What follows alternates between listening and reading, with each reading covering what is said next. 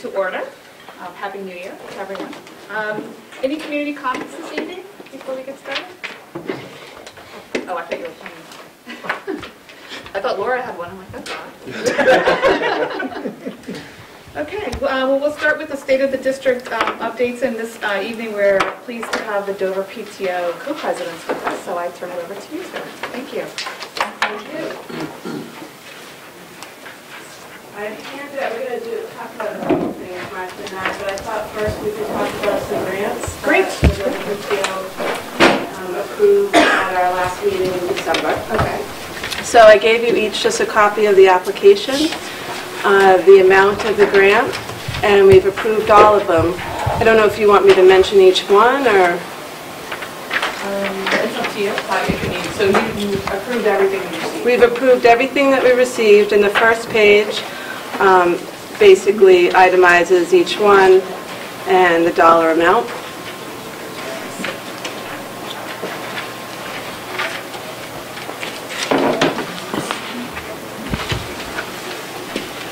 It's great.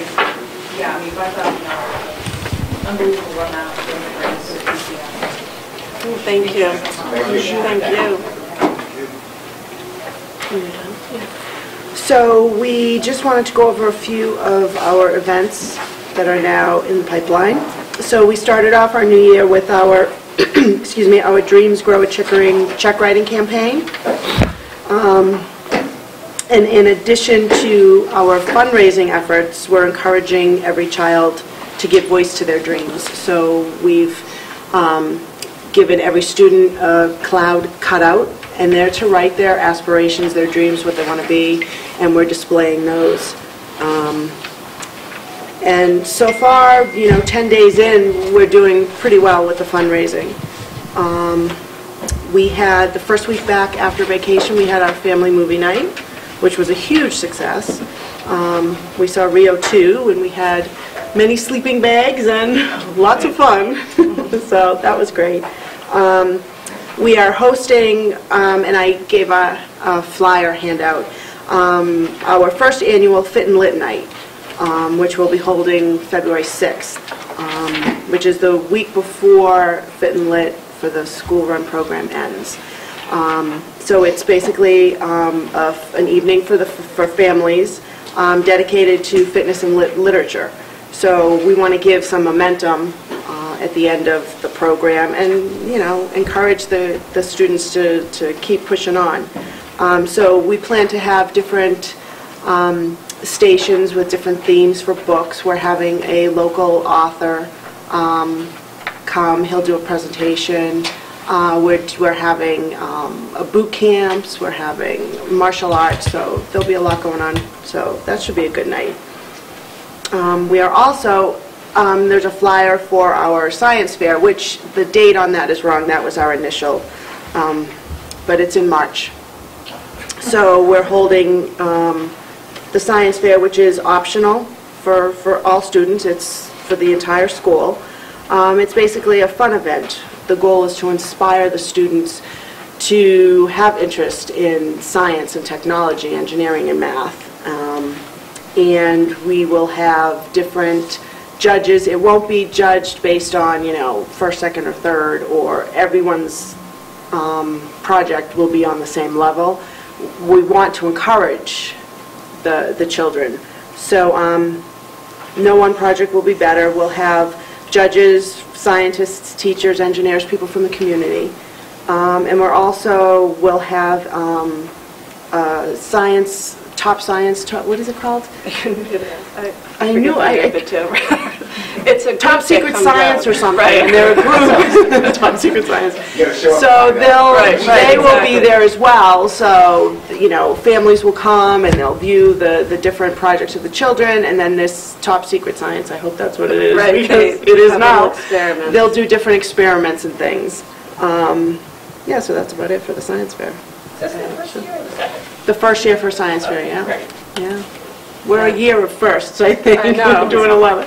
And we were lucky enough to have an artist who sits on the board. So this year, with both of those events, she's designed these incredible Amazing logos. the and- artwork. So each event has its own logo, and that's what Martha had passed out to you. And same for the other events that are coming up as well. And then I'm sorry, what's the actual date of March? March 21st for the science fair, yes. Right. Thanks. And then, once again, this year, Chickering will have the Around the World, which is in May. It's the first Friday in May. Senora Romer put that together last year. This year, we're collaborating with her. We're doing a lot of the marketing and, trying to get the word out. And, I mean, she has everything organized. But what we are hoping to do is to include Pine Hill and have participation from families from Pine Hill as well. So hopefully that will work out. That would be a great community building event. What was that date? That's May 1st. May 1st. And I didn't miss anything, did I? No, I think that's... That's a full plate. I mean, it amazes me just the enthusiasm that the PTO continues to just bring to the school. So, I mean, it's just fabulous. So, all these new nights. Makes you want to come back and have kids at Chickering. And the science fair, we also have a parent category, so instead of doing your child's project, you can do your own. And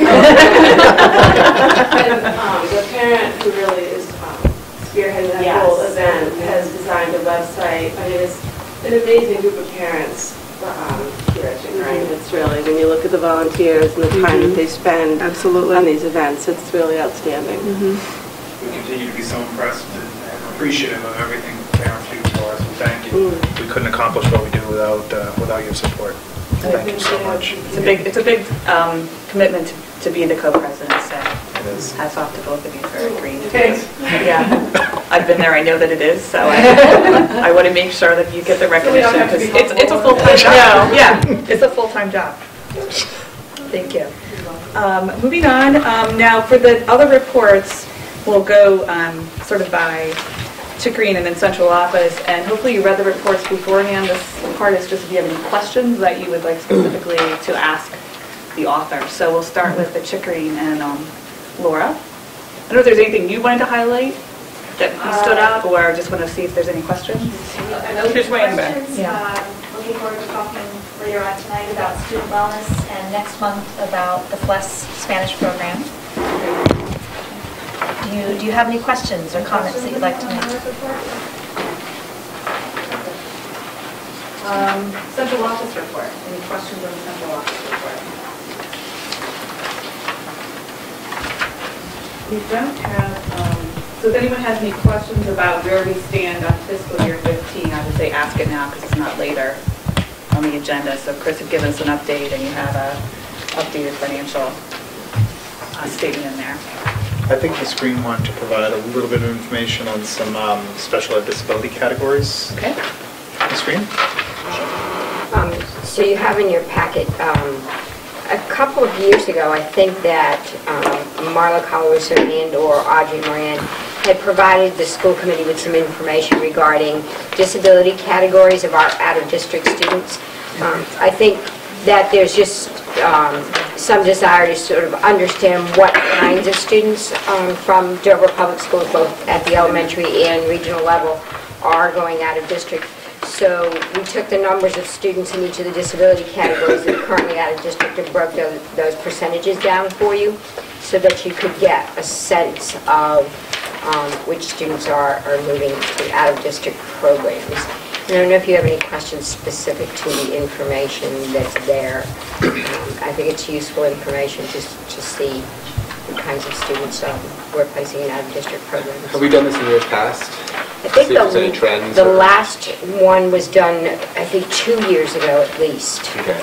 Maybe more. Yeah, no, it was, well, it was by numbers. It was like 2 sentences. I had remembered it, went back and found it. It was in 2013. Audrey had actually given us a little bit of information around this, but the way they did at that point was there were, say, so many autistic children, and then the rest were less than 5, so all these categories were just listed. So that's why it didn't make as big of an impact, because it's just 2 lines on a piece of paper. Yeah. I think this is sort of helpful because it sort of allows you to gauge what is realistic for us to be able to serve in district and what can't and needs to go out. So it sort of gives you sort of what that population that's out there looks like. I think it makes you feel more comfortable that these are probably categories that we can service, both from a cohort standpoint, but also just the needs. And it will be good to see how those numbers, those trends change over the years. Right. Is this information that we could get each year or every 2 years, sort of, again, to sort of see the trends? I mean, I know our population's small, and you have one kid moves and suddenly a percentage point changes, but it's just... Jerry, I'm not sure this is a question that is an unfair one to ask, but in your experience, is this a spread of categories that you would consider typical for a New England town, or is that hard to answer? I would really need to look at other districts' information if it's provided to know whether, to know how typical it is of other districts. I have to say that as I broke the numbers out by percentages, I was not surprised to see where things landed. Thank you. It's pretty typical. Thank you. And Mrs. Vittoria, just a couple quick items. Please stay tuned for more information on the School Start Times initiative. That is coming up fast and furiously in terms of any kind of a proposal that may be forthcoming, certainly at the February 24th joint school committee meeting. That would be important. We also thank Mrs. Doherty for her continued participation and incredible work, honestly, on that committee. Not only is she a member of the committee, but she is doing a lot of side work and side research. So thank you, Mrs. Doherty, for all of your work there. Quick question, Stu, sorry. As that affects the local schools and START, if it affects buses or whatever, is that something that we would have to act on, or is it Okay, so it's all school committees, a system-wide decision. It'll be a system-wide decision, and it would also need to be brought to the Teachers Association as well. After we make it? Or concurrent with, certainly concurrent or in tandem with, certainly. So we're, in fact, I've made my way through presentations with every parent group, and beginning with all the faculty meetings very soon. So tomorrow afternoon with Pine Hill faculty to discuss. And we've had many meetings, and please visit the website, which is replete with information all pertaining to School Start Times. And also just, I was contacted by Greg Mikulowski, a graduate DSHS class of 2013, who's a sophomore at BC now, with Camp Kasem, and it was great that Greg reached out to me a couple weeks ago, and just he's looking to create a Camp Kasem based out of BC. Greg and his family availed themselves of that camp based out of MIT when he was at Pine Hill, and this is for families that are affected or afflicted by cancer on any way, shape, or form. So we want to make sure, and his email address is provided there, so he would appreciate, as would we, any kind of publicity around that opportunity for families that are affected. And also the wonderful testimonial we received from a parent concerning the incredible visual arts program here at Chickering. Sort of extracted this right from a wonderful email received by a parent here at Chickering concerning Mrs. Pelletier's art program. So I wanted to make absolutely sure that we highlighted that as well. So. It was great to see that. It was great to have that verbatim feedback. It was really, really nice to read. It's impactful. Yeah, it was really nice to read. Thank you. Any other questions on? The Camp Kasem, I'm pretty sure that was in the Chickering blast, wasn't it, the email blast? I don't think so. Has it been? No, I don't think I... I'm sorry. The information about Camp Kasem, has that been in the Chickering email blast? No, I don't think that went, but we can certainly, that's a great idea. It seems like that yeah, should of course. Yep. definitely go in. Yep. Great idea. Thank you, Kristen. Maybe you saw it in the Pine Hill packet, or the regional packet. Do you look at other school committee packets? I'm not, yeah, Just very not good. that good. It's a great idea, email blast. Thank you. Oh, maybe it was in the middle school email blast. I don't think it's hit the email blast. I have seen it somewhere else, so It was someone's going to... Was it in the middle school blast? Oh, great. Thank you. Yeah. I read stuff. Any questions for Karen or Chris on the fiscal year 15 financials? I'll just highlight that, we've talked a lot about the water heater, so it has been acting up, so there is a pretty good chance that it could go this year, so it's on the next year's capital. But if we have to fix it on an emergency basis, we may or may not know before you finalize all that, but that has been breaking, or not functioning the last couple of weeks, so it's on its last legs as we projected. Oh, thank you, Mr. So we will let you, Yeah. keep you updated on that, because that's an item that goes away. Yep. And then that would just come out of, We have This- emergency reserve funds to just to take care take of care that. of that, yeah. Can't really be without it. No, hot water. Hot water heater. Really? Exactly. Not, well, it is a luxury, but. Exactly. And then I'll just highlight too real quickly that Chris provided updates on all the revolving funds, so you have that. So we're going to do that on a quarterly basis, so that's great. Thank you, Chris, for that. Any other questions on the central office report? Okay. Any subcommittee updates? Not the word in the package. Okay, perfect. We're pleased tonight to have Robin Hunter with us, who is one of our selectmen from the town of Dover. And I'm going to turn it over to you. I'm not even going to try to explain the whole process, but you can sort of say why you're here and why you're involved in a little bit about Okay, so I am here today to just talk to the Chickering School Committee about Minuteman.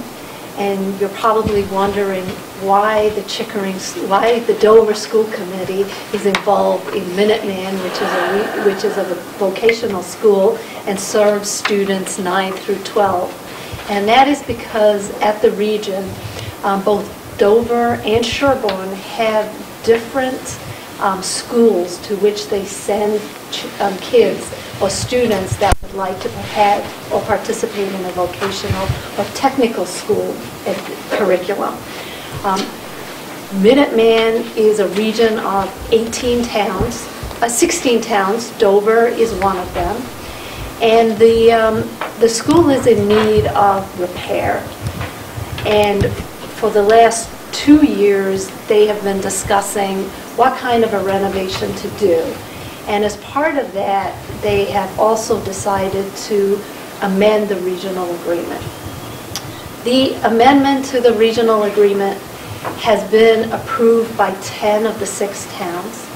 6 towns decided to one voted against it, and 5 decided to pass over. Dover was one of the towns that decided to pass over. The reason this amended regional agreement is important is because it is a way by which Dover, the town of Dover, could potentially no longer be part of the region. Under the current agreement, you need unanimous consent to exit. This new agreement would allow us to leave the region, which then begs the question, well, what would we do with the kids in town that would like to attend a vocational or technical school? So there are other options available to us for that kind of education. I asked Mr. Bliss to give me some numbers as to how many of our students do attend the school.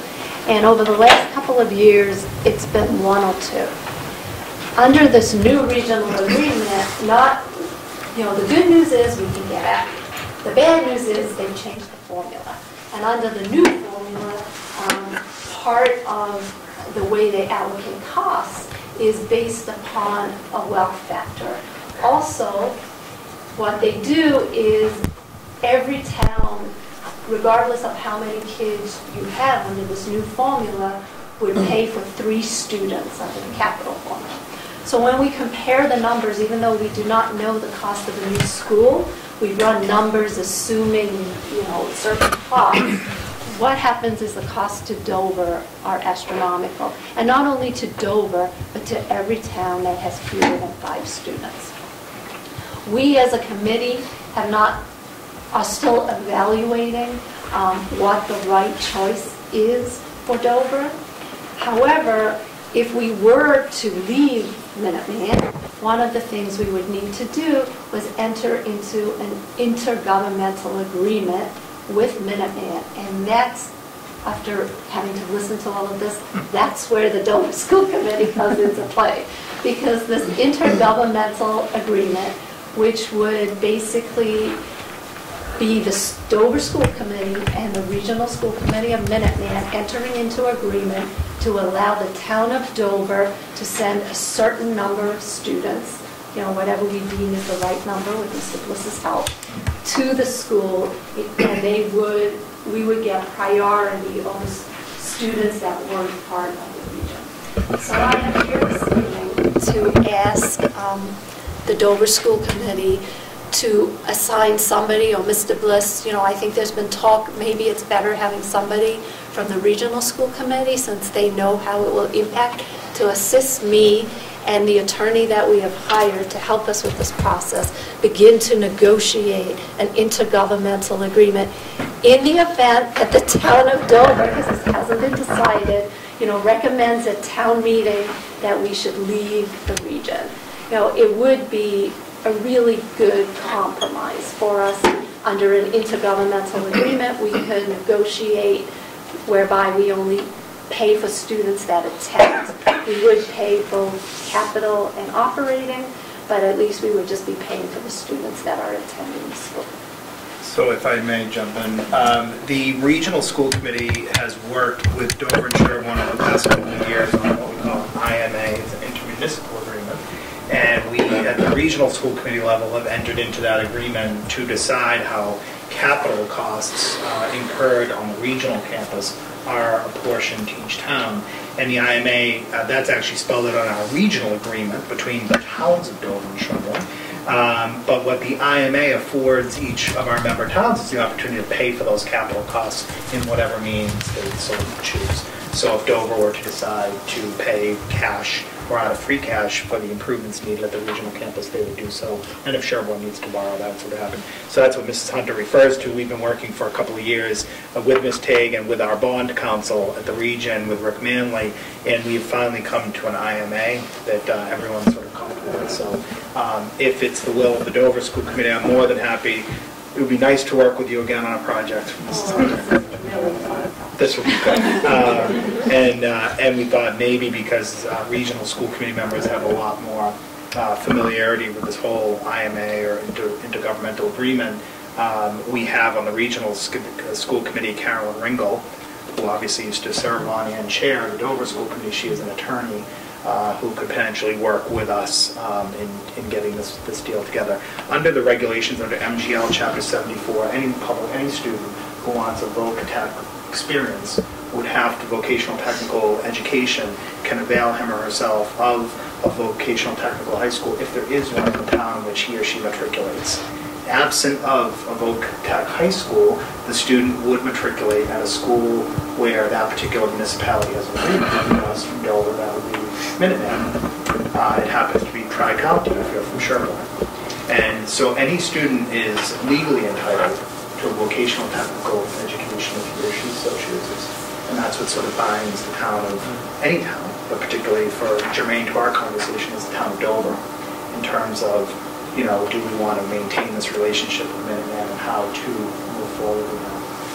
The budget for Minuteman as it exists today, is that in the region's budget? It's in the town's budget. It's a standalone line item. And today, it basically reflects primarily operating costs, because while they've been evaluating what size building to build, they've really been deferring capital. So an important thing to note in all of this is, if the new amended regional agreement for Minuteman does not pass all 16 towns, and we're still subject to the old agreement, the costs will go up to the town of Dover, because over the last couple of years, there have been minimal costs related to capital, and at that, you know, at some point, they either have to renovate the school or build a new school. So the costs will go up to the town of Dover. So, and tell me if we just don't need to go into this much, that.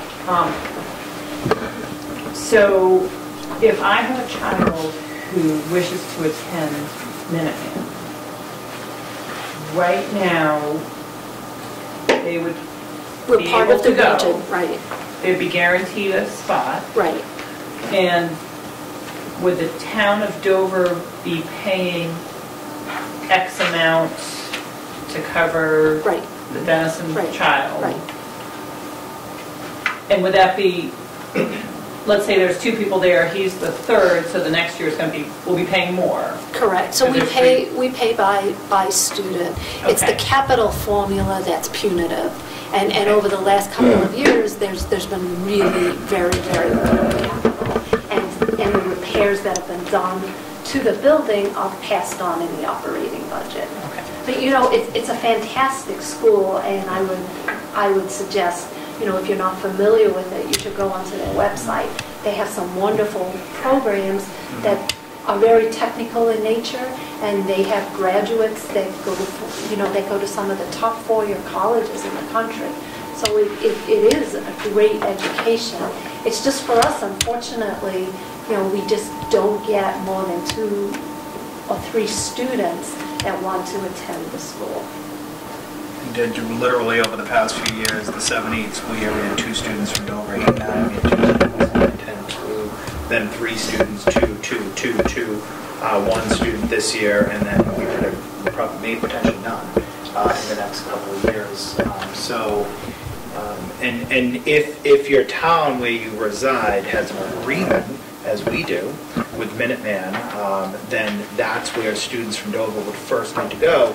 But if you're a student desiring a shop that Minuteman does not offer, then you can apply to another technical school, and you actually begin that process through the superintendent's office. You submit an application, and then the application goes off to those other tech schools. So let's say you want to pursue automotive and they didn't offer that, then you could apply to a school that does offer automotive, despite the fact that Dover already has a relationship with Minuteman. If the shop of your choice is not offered at the school with whom you have the relationship. As case in point, we have students attending Norfolk Agricultural School. That's a great example. So if you want agricultural education, And it's the obligation of the town. it is. Yeah. So the town's obligation will always be there. It's just a question of if we're having less than 3, the cost could be lower. If you go higher than 3, then it might be beneficial to stay within the agreement. So it's a question of where and how much. Right, it's actually 5, it ends up being 5, 5 and is actually nothing. there's a break-even point under this new formula. This is way too much information, but if you have more than 10 kids, it costs you less. But we haven't hit 5 as far In as the sheet years. goes back. Although the superintendent of Minuteman at the last Board of Selectmen's meeting basically told us that there were 8 kids from Dover Sherborne that came to look at the school this year, so. I'm not sure about 8, but Okay. we did see some interest. We typically do. And we actually this year have a couple of 8th graders from Boston who are interested in a Voc Tech experience, but of course, because they're residents in Boston, they have to attend or opt to go to a Voc Tech school in the city. And that then is incumbent on the city of Boston, because that's the municipality in which they live, to pick that up. So they were kind of enticed by, oh, Minuteman looks great, and you're right, Robin, it's a terrific education for certain students, and it interests them, but unfortunately we had to tell them that some of those kids, that it wouldn't be Minuteman, it would be in the city. Yeah. So I know you'll keep us apprised of what you need us to do, but I think basically the Board of Selectmen are running with this. Okay. And from the legal counsel they got was that the signing or the authority for entering into the sign made was the Dover School Committee. So that Okay, applies so to that any- has been determined, that's Yeah. not up to date. No, But it's that a hasn't. region, it could be a region agreement and not, I'm presuming that the original agreements with Sherburne's, Voc Tech, and ours preceded the region? So what's really complicated about all this, it's just this intergovernmental agreement that needs to be entered into by the town of Dover, and it's the school committee is the governing authority, according to the attorney. It's the most convoluted thing. Thank you. And then Steve will get back to you with Carolyn. But I think So that's I'll a great contact you, alternative. Yeah. and I'll set up a call with our attorney who will draft it for us, and then we can look at the terms. That'd be So great. do we have to vote on it? No, there's nothing No. right now because the town Town doesn't know meeting. what direction they're going. So we're Okay. still a work in progress. Right.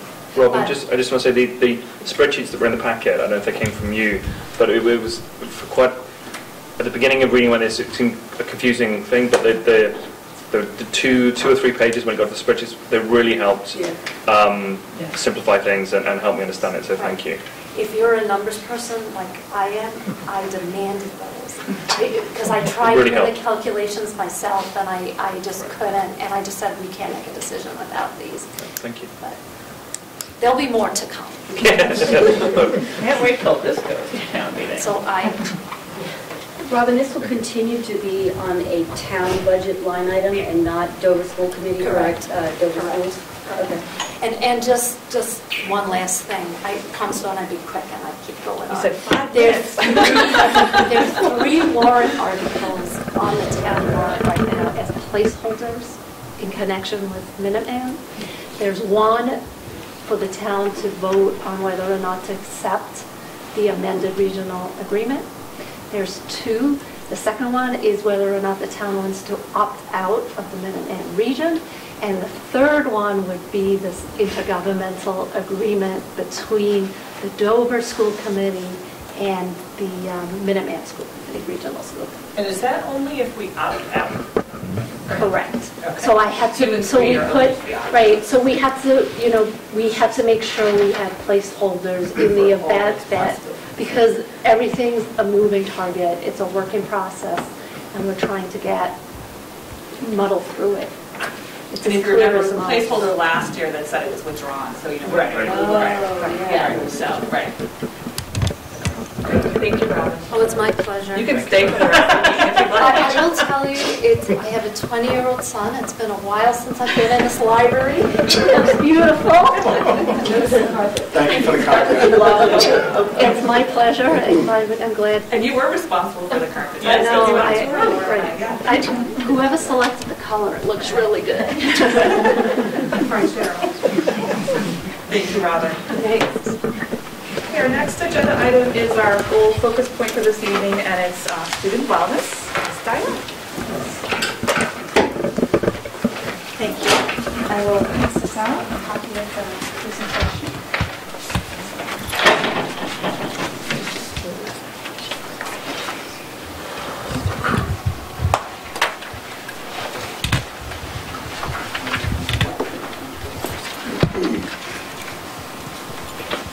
So I'm here to talk about student wellness at Chickering, and it's really evolved at many different schools, but particularly at Chickering over the last couple years.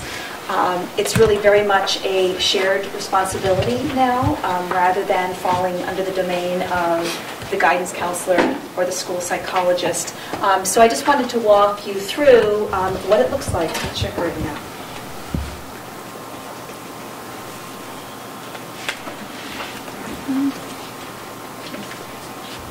Cheryl, do I have the right one? No, remember, we can't get it to work on your machine. Okay. I use the arrows. Thank you. I think the basis for student wellness is really having a culture of collaboration and connection. We can't support students unless all the adults in their lives are really working to support them, aware of what's happening in their lives. So we really make a large effort to be well connected with each other and have a good understanding of what's going on with kids at the school.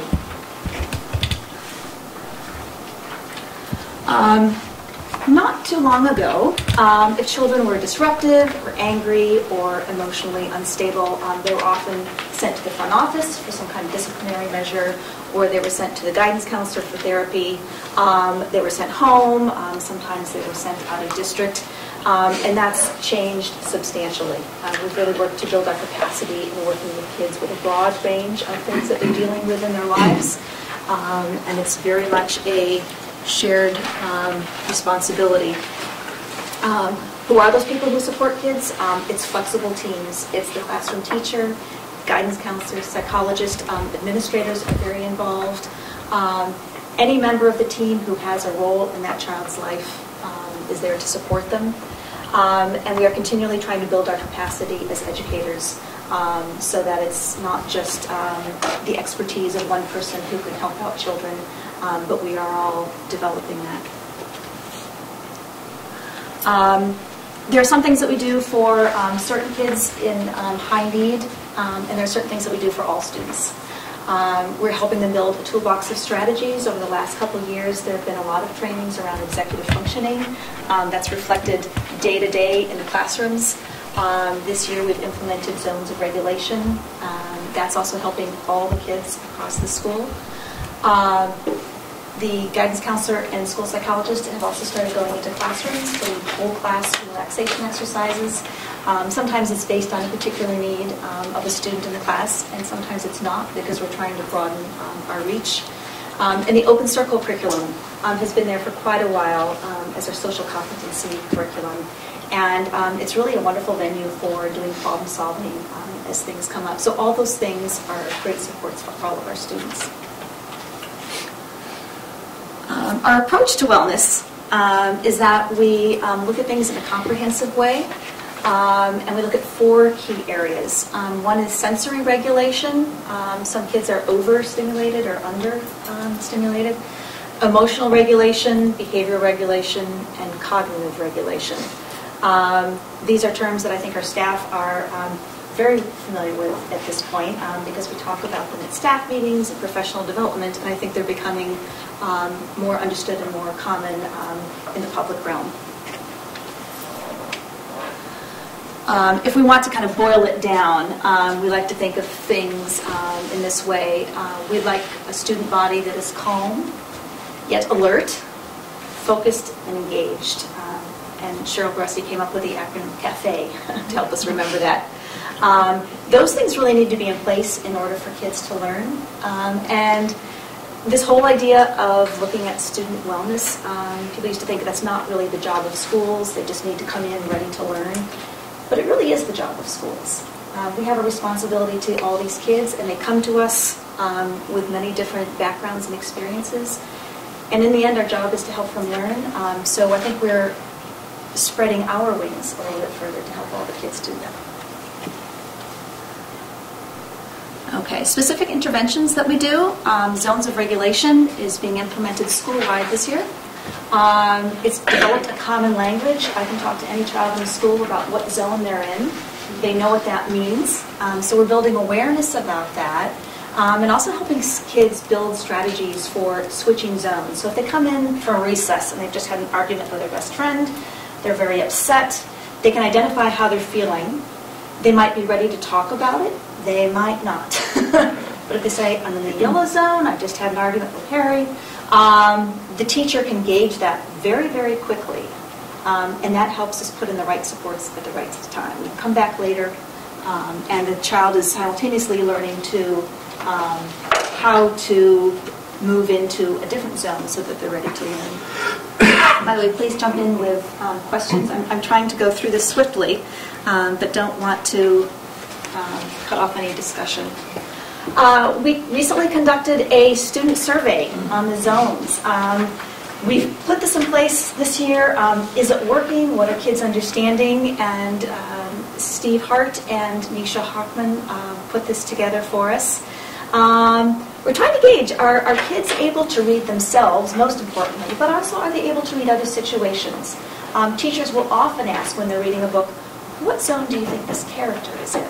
So in a survey format, this seemed to be the easiest way for us to try to gauge our students' understanding different zones and what they look like.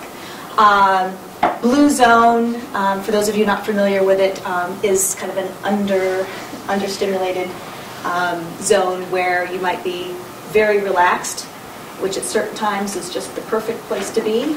If you're in school ready to learn, probably not the best place to be. But most students said that this child is in the green zone, ready to learn, calm. This child is likely in the red zone, angry about something. And not only do kids know the language and the strategies, but they know now there's going to be an adult at school who's going to engage with them and try to figure out what's happening and what they need in the moment and perhaps longer term. Okay, some of our actual questions, I'm sorry I couldn't transfer the pie charts over. But what zone are you in? Here's an example given to kids. You are home and have nothing to do. Most kids responded they would be in the blue zone, a little low, very calm. Okay? One of the things we teach the kids is that any zone is okay, but we need to figure out how to switch zones in order to get to a place of learning. This one was kind of all over the place.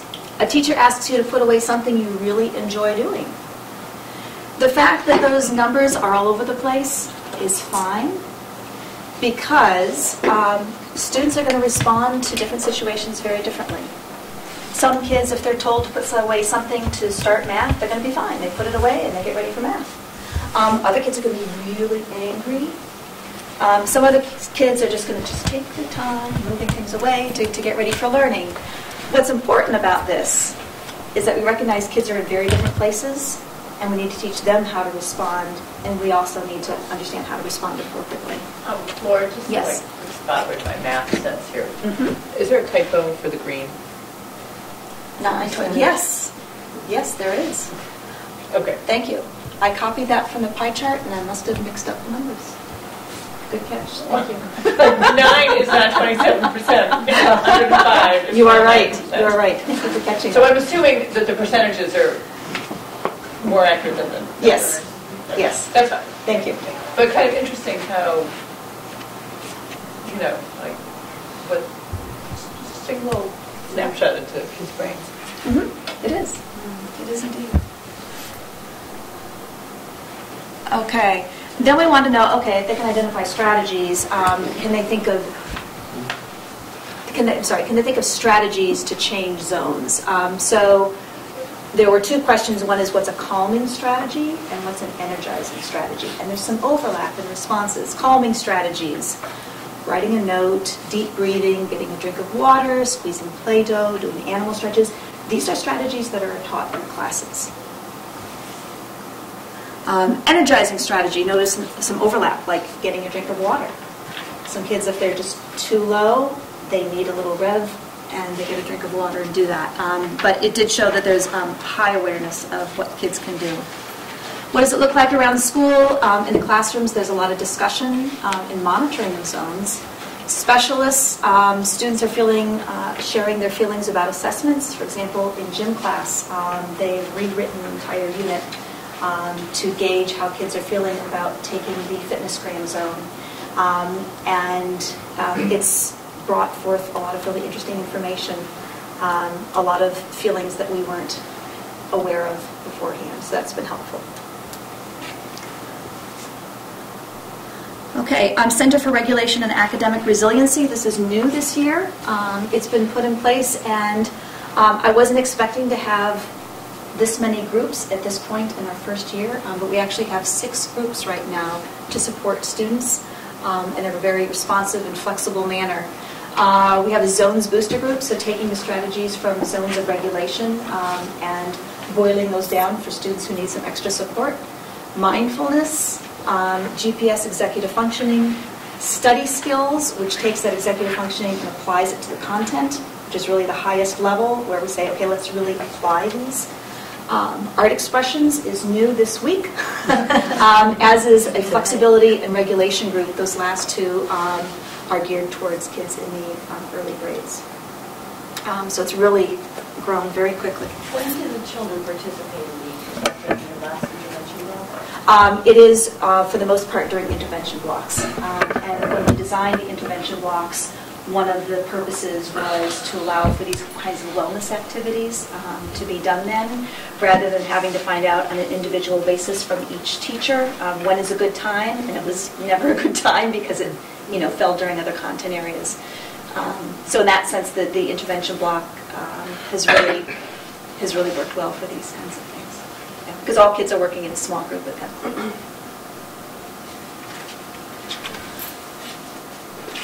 Okay, first half of the school year, the center served 29 students. Some of them were in more than one group. In the second half of the school year, we're adding 2 more types of groups and 25 more students. These are students across all different areas. Some students in special education, lots of students in regular ed, some students on 504s. It really cuts across all those different areas. Some kids have a short-term need, some kids have a long-term need. And it's all monitored by the school psychologist, the guidance counselor, and the student health team, which gets together on a weekly basis. Is there communication that goes back to the parents to give an overall recap of what was covered and what the outcomes were and that kind of communication? There's a permission slip that goes out at the very beginning that describes the group and what the purpose is. And then there's regular, mostly phone conversation with the person leading the group.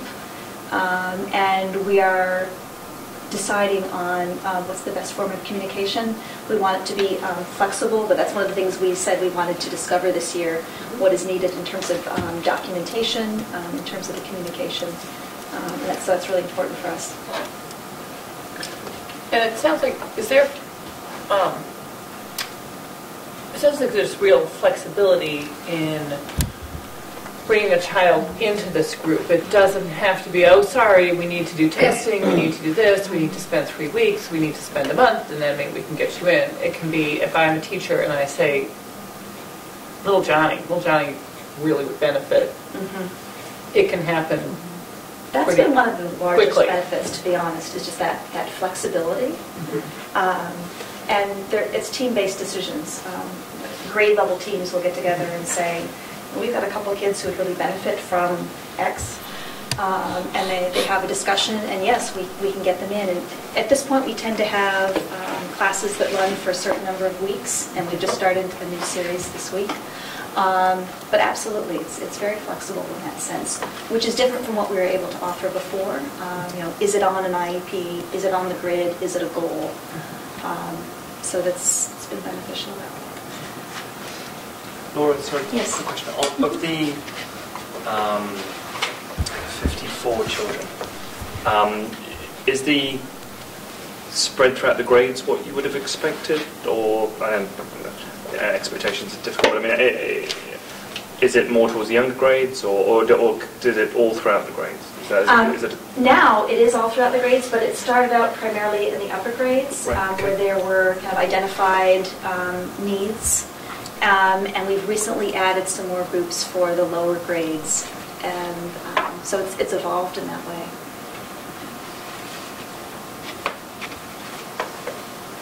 Good stuff. So who sort of staff, or who are the staff? Teachers. Yeah.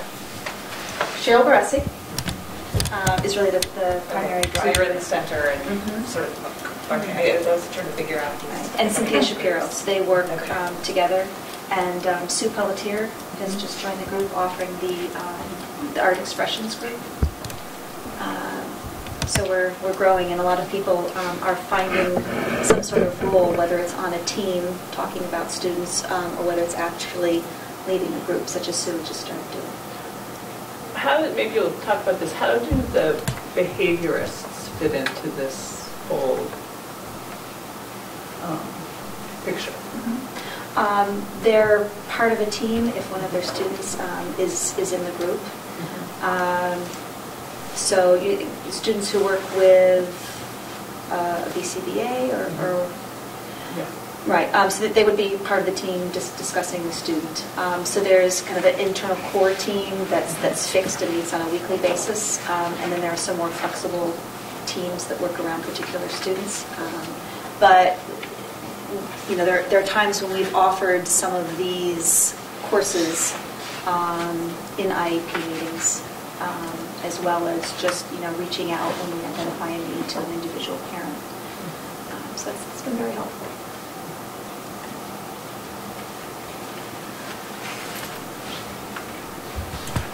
I'm nearing the end. There are 4 organizational structures that really support wellness throughout the school. And this have evolved over the last couple of years. One is Safety Care. You may or may not be familiar with that. It's a program that's used at Chickering and Pine Hill, and I'm not sure at the middle school. There'll be training provided on that. So there's training provided to help educators de-escalate behaviors, and only as needed to do restraints as well. So it requires training, requires recertification every year. And it used to be geared primarily towards crises. A child is in a crisis, perhaps very physically aggressive, perhaps very angry, and the team would be called in. We've trained a larger group, and we have a very new approach. Now it's called a safety care team when there are small problems, when there's a better chance of helping the child de-escalate. So it's a very different approach. It's proactive, it's early intervention. And that's really helped us a lot in supporting kids. And for kids who have some kind of pattern of behavior, we jump in earlier with a behavior plan to help address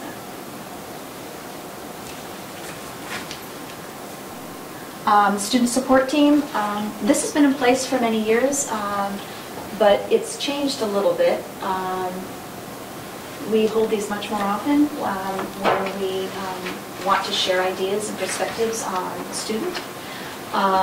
We meet in a multidisciplinary team. It's not just the classroom teacher and an obviously identified person such as an occupational therapist who would be providing interventions. We plan together and we monitor the progress. There's always a follow-up meeting so that we're not just, no one falls through the cracks. So that's changed a little bit. The student health team I referenced before, it's a fixed group that meets every single week, and we help each other keep an eye on kids. We plan interventions, but we also allocate resources, which means we might ask the BCBA to do some observations. We can just reach out anywhere within the school and pull people in, whereas before it might have required an amendment to an IEP, it might have required some more effort. It's just a really cohesive group that knows the students well. The fourth one is the Center for Regulation and Academic Resiliency that I've discussed before. And the overarching objectives of all of this is really to identify and support students before they escalate and develop programming that is flexible, adaptive, and responsive to student needs. Okay. Does anyone have any questions? And feel free to ask Cheryl as well. My main question is, students, they can talk the talk, but are they walking the walk? It's one thing, what should you do to calm yourself down? I should do deep breathing, I can do this, I can do that. And then we all know from our own children that if they have woohoo blown out of control, that is not the time that they're going to say, oh, yes, let me go down the hall and get a drink of water, because that will help me calm down. What are you, and sometimes that changes fast. So, it's one thing, like, there's kids you can be like, ooh, why did you go? And then there's other kids where they were fine, and then all of a sudden they're not. So I'm just wondering, how good are they at actually really using the strategies and not just knowing them? That's where the teachers will often prompt them. They'll identify it for the student, what can you do in this moment? For kids who are working on a regular basis on that, in classrooms, you'll see 4 strategies at their cubby or 4 strategies on little Velcro strips at the teacher's desk. And I've been in the classroom where a student's escalating, the teacher calls them over and says, which strategy do you want to use? And they start pushing against the wall for that sensory feedback. They'll set the timer on the iPad and send them down to the fish tank to relax and come back within 4 minutes. So there's a whole toolbox there of things, and teachers are sharing strategies at staff meetings, and Cheryl and others have taught them things as well. Yeah, but I've got to add to that. I think what we're trying to do is to change a mindset and really help students become aware of this thing called a strategy. Because when students quickly escalate, they just are reacting to their own emotions. But the fact that we're, teaching them that these exist and they're available to them to use really gives them a sense of control over their own behavior. So I think it's going to be something that's going to occur over time. So we're always looking at awareness and then the strategy. And I think over time, these things become internalized. But we are paying close attention and monitoring what strategies work and how actually to implement them within the groups, but also school-wide. Any other questions? This was one of the, I know the topics that the school committee sort of pinpointed when we had that strategy meeting ourselves this summer, so. And I guess, great. My last question is, are you seeing a change? You know, it's hard to sort of have data around this kind of thing. It's a lot more anecdotal. But do you feel like, wow, we see a change, teachers see a change? We are. It's working. You're right, it's very hard to collect hard data around this kind of thing. But last year there were some students who were having a lot of difficulty regulating themselves, and our OT started going to classrooms to teach whole group lessons on the zones of regulation for particular students in that class, but all the kids were hearing the language. These were kids who in the past may have been referred for an evaluation, and it was really effective. And I'm not saying it's the magic bullet, but it was effective enough that we did decide to implement it school-wide this year. And we're seeing them better able to manage it. Now that is due in part because all the adults have the same language now and can intervene with those kids, whether we're in the lunchroom, or out at recess, or in the classroom, or in the hallway. So just having that shared approach is very helpful. And I think, too, we talked about flexibility and being proactive. And I think those two characteristics are new. And we're seeing that we're able to help students before there's that escalation and a safety team has to be called. And the flexibility has been key in terms of being able to change how we respond to students without having to go through a big process. Staff is able to work flexibly together and have flexible conversations. It doesn't have to be a set meeting. And that's really allowed us to respond in a more timely and effective manner to whatever kind of mental health need there is, which can be various and to various extents. Can I just make one point? Just thinking of flexibility and being proactive. As an institution, with the Centre for Regulation and Academic Resiliency being so much of a help to so many children and it growing in the number of children it's serving so quickly, I just say that if you suddenly find you need anything more from us as a school committee, because it seems that this is serving needs very effectively to 11-12% of the students. Please tell us. Thank you. I very much appreciate it. Bigger fish tank, but we've talked about real estate space before, and there's many groups, and if anything's becoming a pinch in such an important area, please feel free to speak to us. That's what we're here for. Thank you. Thank you. Thank you. All right. Sorry.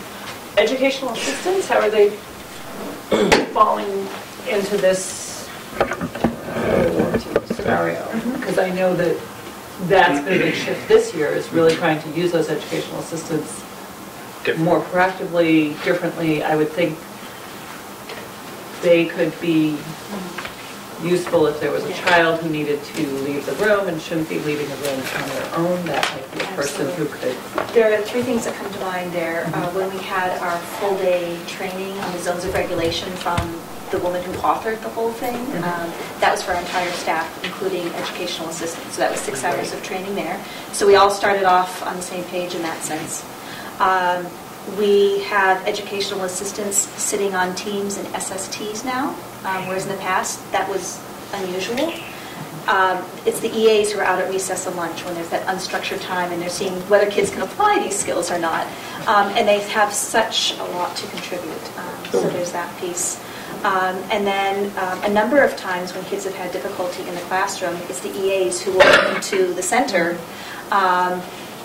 perhaps talk through whatever was bothering them, help them relax a little bit and calm down, and then help them re-enter the classroom ready to learn. So they've been incredibly important in this whole process. That really was nice. Thank you. You don't get I know. Our next item, we sort of have a hodgepodge here tonight. So, you want to say revolving account? Is that a quick? It's quick, yeah. The revolving account, Sure. In your packet, you have a motion that we're proposing. This is simply to create a revolving account and to handle all of the tuition and related expenditures related to the integrated preschool program to be housed at Chickering. And you have a motion before you that we would seek to have introduced and acted upon. Ms. Tague did some research, and actually the revolving account does not need to be created at the town level by way of the town meeting. It can be created here at the school committee level, and that can be the end of it. And I've been in touch with Mr. Ramsey several times over the past few weeks on a number of matters. He confirmed that absolutely as well. And so the tuitions will go into this account, and then on an annual basis, will you decide what expenditures you will pull from there? Yes. That's how it works. So it's flexible, so there'll be certain, it might be some of the aids or pieces of. Can I ask a few questions? Sure. Is this how Pine Hill does it? Is this the only way to do it? Can we leave the tuition in the general books and budget it? You can't have a revenue item come into the regular accounts? We don't, that would involve the town at that point because it would be a town receipt. You're just an operating department. The revenues that support the tax revenues, that's all the other revenues that support the entire town operations, it's a collective amount of money. So I think that would be very confusing to do it that way. What are your concerns? I don't like revolving accounts. Well, the only thing, it treats it like ancillary revenue. The tone is it's like ancillary revenue and gym rental rather than educational core operations. Is that your point? To me, it's part of our charter of delivering education, and part of our net operating budget is the assumption of collecting tuition at a certain rate and volume. And that's something that we ought to be budgeting for and watching, and I'd rather see it come through in the way that every other expenditure, every other number comes through the operating budget. That's just my... But you don't even, let me explain, you don't even really see or care, I don't mean care, but don't really even have to pay attention to the Chapter 70 money that comes in from the state to the town. It obviously does not support your entire budget. I think it's about $600,000. This would be another typical situation. And I think you'd actually you'd lose sight of the revenues being generated versus the expenses. With a revolving fund, you can see the dollar for dollar, coming in and going out. Well, and we also now are in a better format where we're getting quarterly updates. We probably would look at a budget a little bit each year for the preschool. It's different than school lunch or, we have the school lunch, the gift fund, and the building fund. So we're now getting more in tune with the building fund and actually seeing what revenues they're getting. This is the first year we've seen that. So I think we're at a good point now where adding this account is we have a cycle where we will look at it. We will definitely look at the budget because we'll need to know what expenses we can apply to it versus our operating budget. So it will be part of the budget process every year because we will allocate certain expenses for the preschool against the revolving fund. Okay. And does that allocation process? I just said it's going to be on an annual basis, but we'll decide. Does that need to be in this? No, because it says related tuition and expenditure. So you leave it open, so it gives you the flexibility on an annual basis to decide how you want to use that. I'm pushing it only because on the building revolving fund, we really don't have it written anywhere what expenditures we should be applying to that account. So it's accumulating and we don't have a process or a bylaw to say how it should be used. And so I don't want to see that happen with something that we're starting new.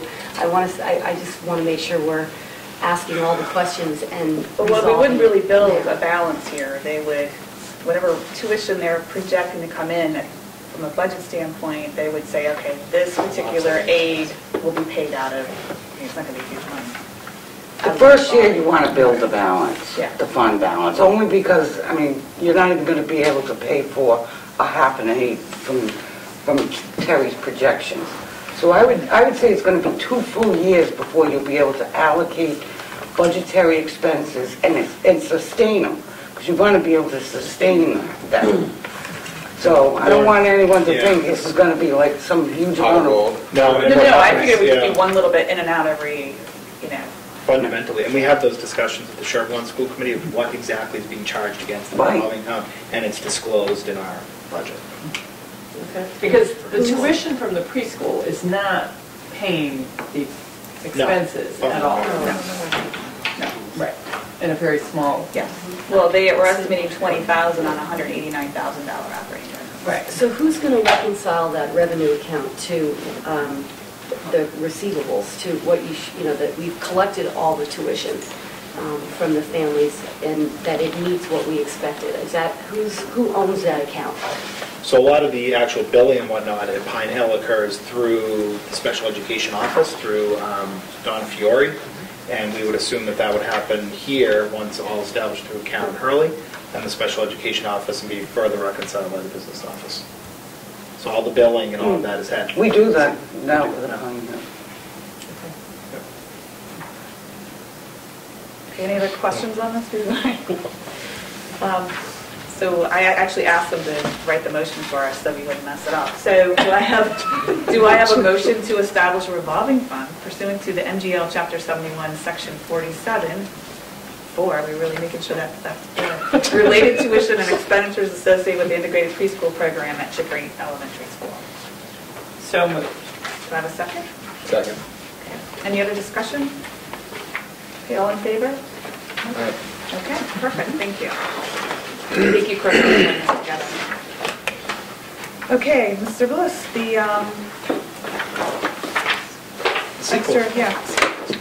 The advisory committee on extra duties, including your packet, you have a memo that was originally dated November 12th that has been further amended and dated December the 21st, 2014.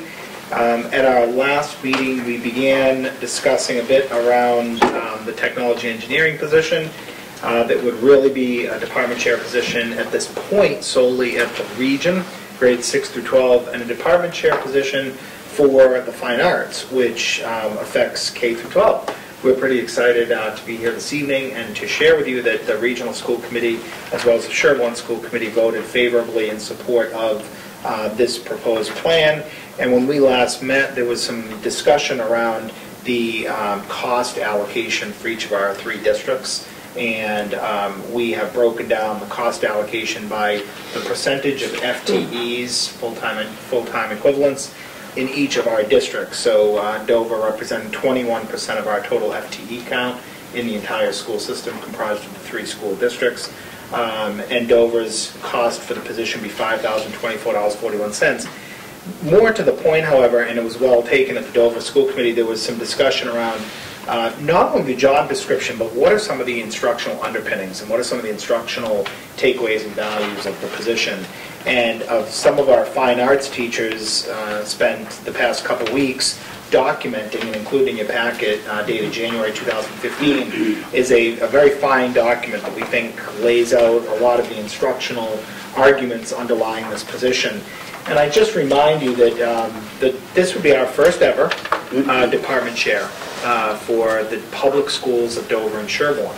So this is a K through 12 position, and we think it's very strategic because as we've experienced here at Chickering, and we've also experienced at Pine Hill, declining enrollments over the past few years, we know that after 2017, going to 2018, the enrollments will also begin to decline at the region.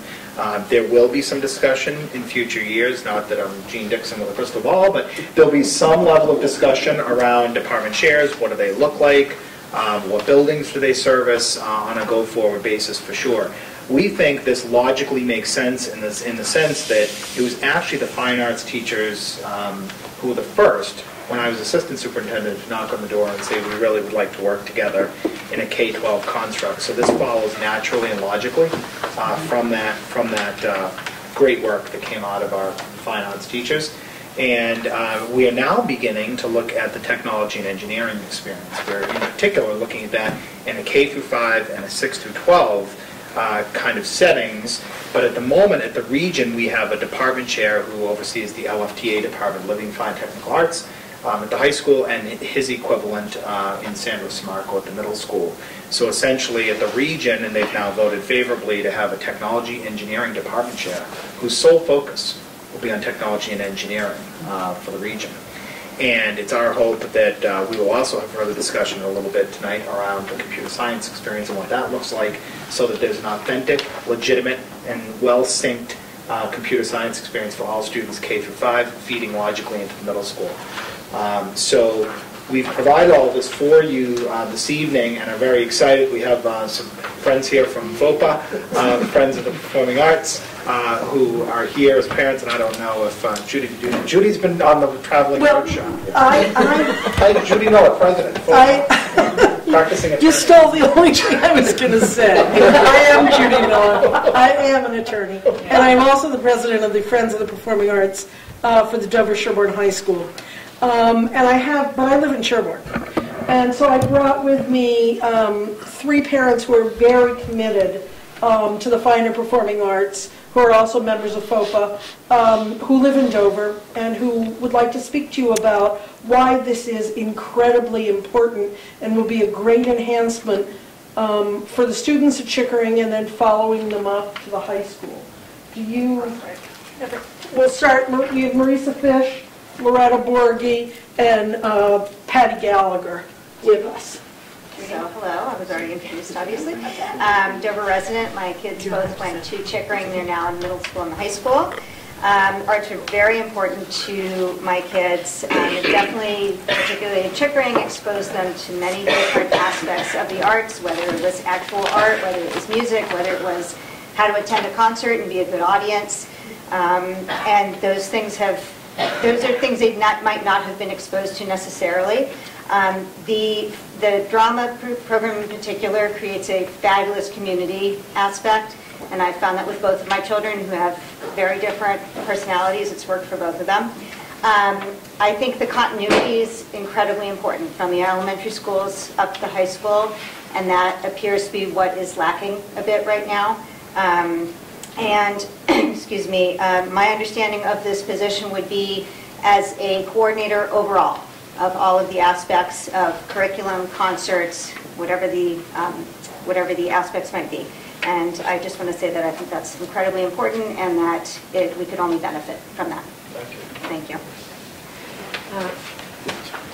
Loretta Borghi. I have 2 children go through Chickering. My daughter's very involved in the performing arts at the high school. She was very involved in chorus and band. Both of my children were here. Middle school, it was a little bit more of a struggle to work it in and keep them engaged. By high school, given the limitations of an all-encompassing program, the group got smaller and smaller and smaller because the direction wasn't there, and there wasn't a concerted effort to not drag the children, but give them an outlet. Those children who want to perform, who want to sing, want to play in the band, and who want to be on stage, they need to be nurtured as well throughout the entire district. And it would be certainly a benefit for all of them because the performing arts create such a great self-esteem for so many of these children. And you don't even know how many kids would like to continue in the programs. At the middle school, there's so much interest in the performing arts, But then they get to the high school, and for some reason it really wanes. And yes, it's because there's a lot more things to choose from. But I think if there was someone overseeing the whole bubble, that there may be some route for these children to follow. Thank you. And I just want, Judy? you can. Oh my gosh. Do you want to? I will. I will chime in. I'm sorry, we also have Nancy Spalding Gray, who's also a Dover resident. I want to also say that it's really crucial for the arts staff here at Chickering, because they're sort of islands to themselves. They have no peers who are musicians or artists or performers, whereas the classroom teachers have those peer groups. And for the purpose of evaluation and the purpose of curriculum development, that's really important, and that's hopefully what this position will, one of the things that it will give to Chickering. And that's a really sort of valuable tool, you know, to enhance the staff that we have. Nancy, do you want to go ahead? I'll just add to what everybody else said. I've got older kids now, but they went through the Chickering schools. Very supportive of this. We do need the strategic direction, the leadership, and the continuity for kids as they get older, because I think they do drop off in terms of their interest level. And if we can have somebody at the highest level who's going to be a champion for it, I think that will make all the difference. And it's a very important cause, as I'm certain all agree. Great. So I don't think we had too many questions from the December meeting. I'm sorry. Go ahead. If you want. I didn't come with a prepared speech, but never a lack of words. I'm Patty Gallagher. I have 3 kids. I'm Vice President of FOPA. 2 kids in college already, 1 in 11th grade, all went through Chickering, middle school, high school. My 2 older kids were much more involved in sports, so this is a new direction for me because my younger daughter does the vocal ensemble, the plays, you know, much more performing arts. But just to compare it, because I'm also a member of the booster board, so I'm always sharing with the ladies, well, this is what we kind of do over there. And just as we have an AD at the high school, it's not a K through 12, but you know, that umbrella who corrals all the sports and keeps it all together, that's what we need. But if we can have it on a K through 12 level, so these kids were so enthusiastic, as you all know, you know, K through 5, and they want to sing and they want to play an instrument and they want to do it all. And at a younger age, you can. Unfortunately, as you get older, you must make choices. But if they have this person giving direction that, well, when you get to middle school, this is what it's going to be like, and that figure is still with them. And then when we get up to the high school, because a lot of them all take vocal ensemble in middle school, our kids 6th grade, there's 900 kids trying out for the play, there's tons of kids in the vocal group, and it wanes a little because they need to make choices. But if that same person is still following them and letting them know this is what it's going to be like, and I'm still going to be there, and you know, you can do this in band, but right now I think we feel like we have a director of the fall play, and we have a director of the musical, and we have the leader of the band and vocal ensemble, and they're kind of operating independently, and a lot of them cross over because we need a band for the play. So it just, you know, obviously we have a vested interest, but it just makes a lot of sense. So thank you. Victoria? Any other questions? We think we were all on board on this in December, so thank you for coming.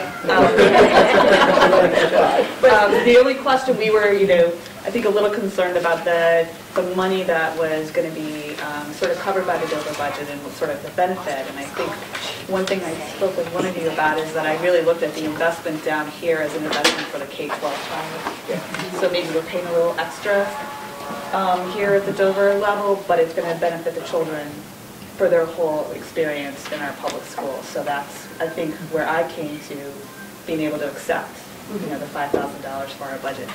Is the plan to change the ratio though every year based on FTEs? Because with the enrollment, that could continue, could be changing here and there. No, the other committees voted it as presented. No, but I didn't know if you're going to reassess. So that was based on like tech. Yeah. Okay. Fluctuate never so modestly, obviously. Any other questions? So that goes in the budget, right? Yes, Yes. it's a budget Yeah. item. So actually, there'll be a reduction because we had it. You'll see a reduction. higher. Yeah. I presuppose the vote. The instructional benefits, Steve, just to make sure I was listening, you said that was very helpful, by the way, but that came from the arts faculty. That wasn't just sort of from on high saying, this would probably. No, this came from was a them saying- Google Doc that was created, and then we had a meeting actually in Sue Pelletier's art studio here at Chickering with all of the fine arts teachers last Thursday afternoon? Last Wednesday. Last Wednesday, it's all a blur. So all of us were there, K through 12. Karen was there, the headmaster from the middle school came over, and we had a large sort of powwow about it. There are some legitimate kinks that are going to have to get worked out. It's like the special ed reorg, where there are things that we don't know, so until we go through it. So I will share that one of the concerns is that right now at the high school, of course, but it is, there's a 20% release time, and you teach 80%. And the fine arts educators sitting around the table last Wednesday afternoon expressed a little bit of concern with the 20% release time, because that person's going now between multiple buildings and whatnot. But before too long, the middle school and high school will really need to have married schedules. They're going to need to have the same schedule between the two schools. That won't be without some debate, I'm sure. And we actually tried to get that off the ground already, but that will help, because at least then those two schools will be synced up with right now it's 4 schools, 4 schedules. There will be some inherent challenges, for sure. And the other question that was asked is by one of the other school committees, I can't remember which, maybe both, was, geez, if we're doing this for fine arts, why aren't we doing it for all kinds of other content areas, including most eminently, why aren't we doing it for technology and engineering, since we're talking about that now? And it really is sort of strategic in terms of how we think we can and when it makes sense. We know everything's going on in terms of impending retirements and shifts and enrollments, and so for right now where we are as a system, but that's not to say that a year or two down the road we won't be talking about a K through 12 something else. We're trying to act regionally, to coin the phrase. Dana White's phrase. Okay, so we're voting on this because, for those who are on the contract, I think I'm really here, that this gets voted into the teacher's contract, this position, because it's an extra comp. So that's coming from the extra comp committee, has to be approved by school committees. So that's why this sort of sits alone for us to vote on. So do I have a motion to accept their recommendation for the fine arts director? So moved. Second. Any other discussion? No? Okay, all in favor? Aye. Great. Thank you. Thank you. Thank you. Thank you very much. Now. Please come and see it. Thank you for your point. Seriously, thank you very much. Thank you, ladies. I will say, from my perspective, you spark up the more we think about these other things, and we get some efficiency, it sounds to me like a good exercise to go through when you see an opportunity like this. Yeah, Mr. Spalding highlighted that at last week's system-wide choral concert, you do watch the numbers just dissipate. I mean, there were, Sherburne just had the 5th graders, Chickering had 4th and 5th graders, and there was 10 high school kids on stage. So it went from like 40 to 10 in the matter of 4 or 5 grades.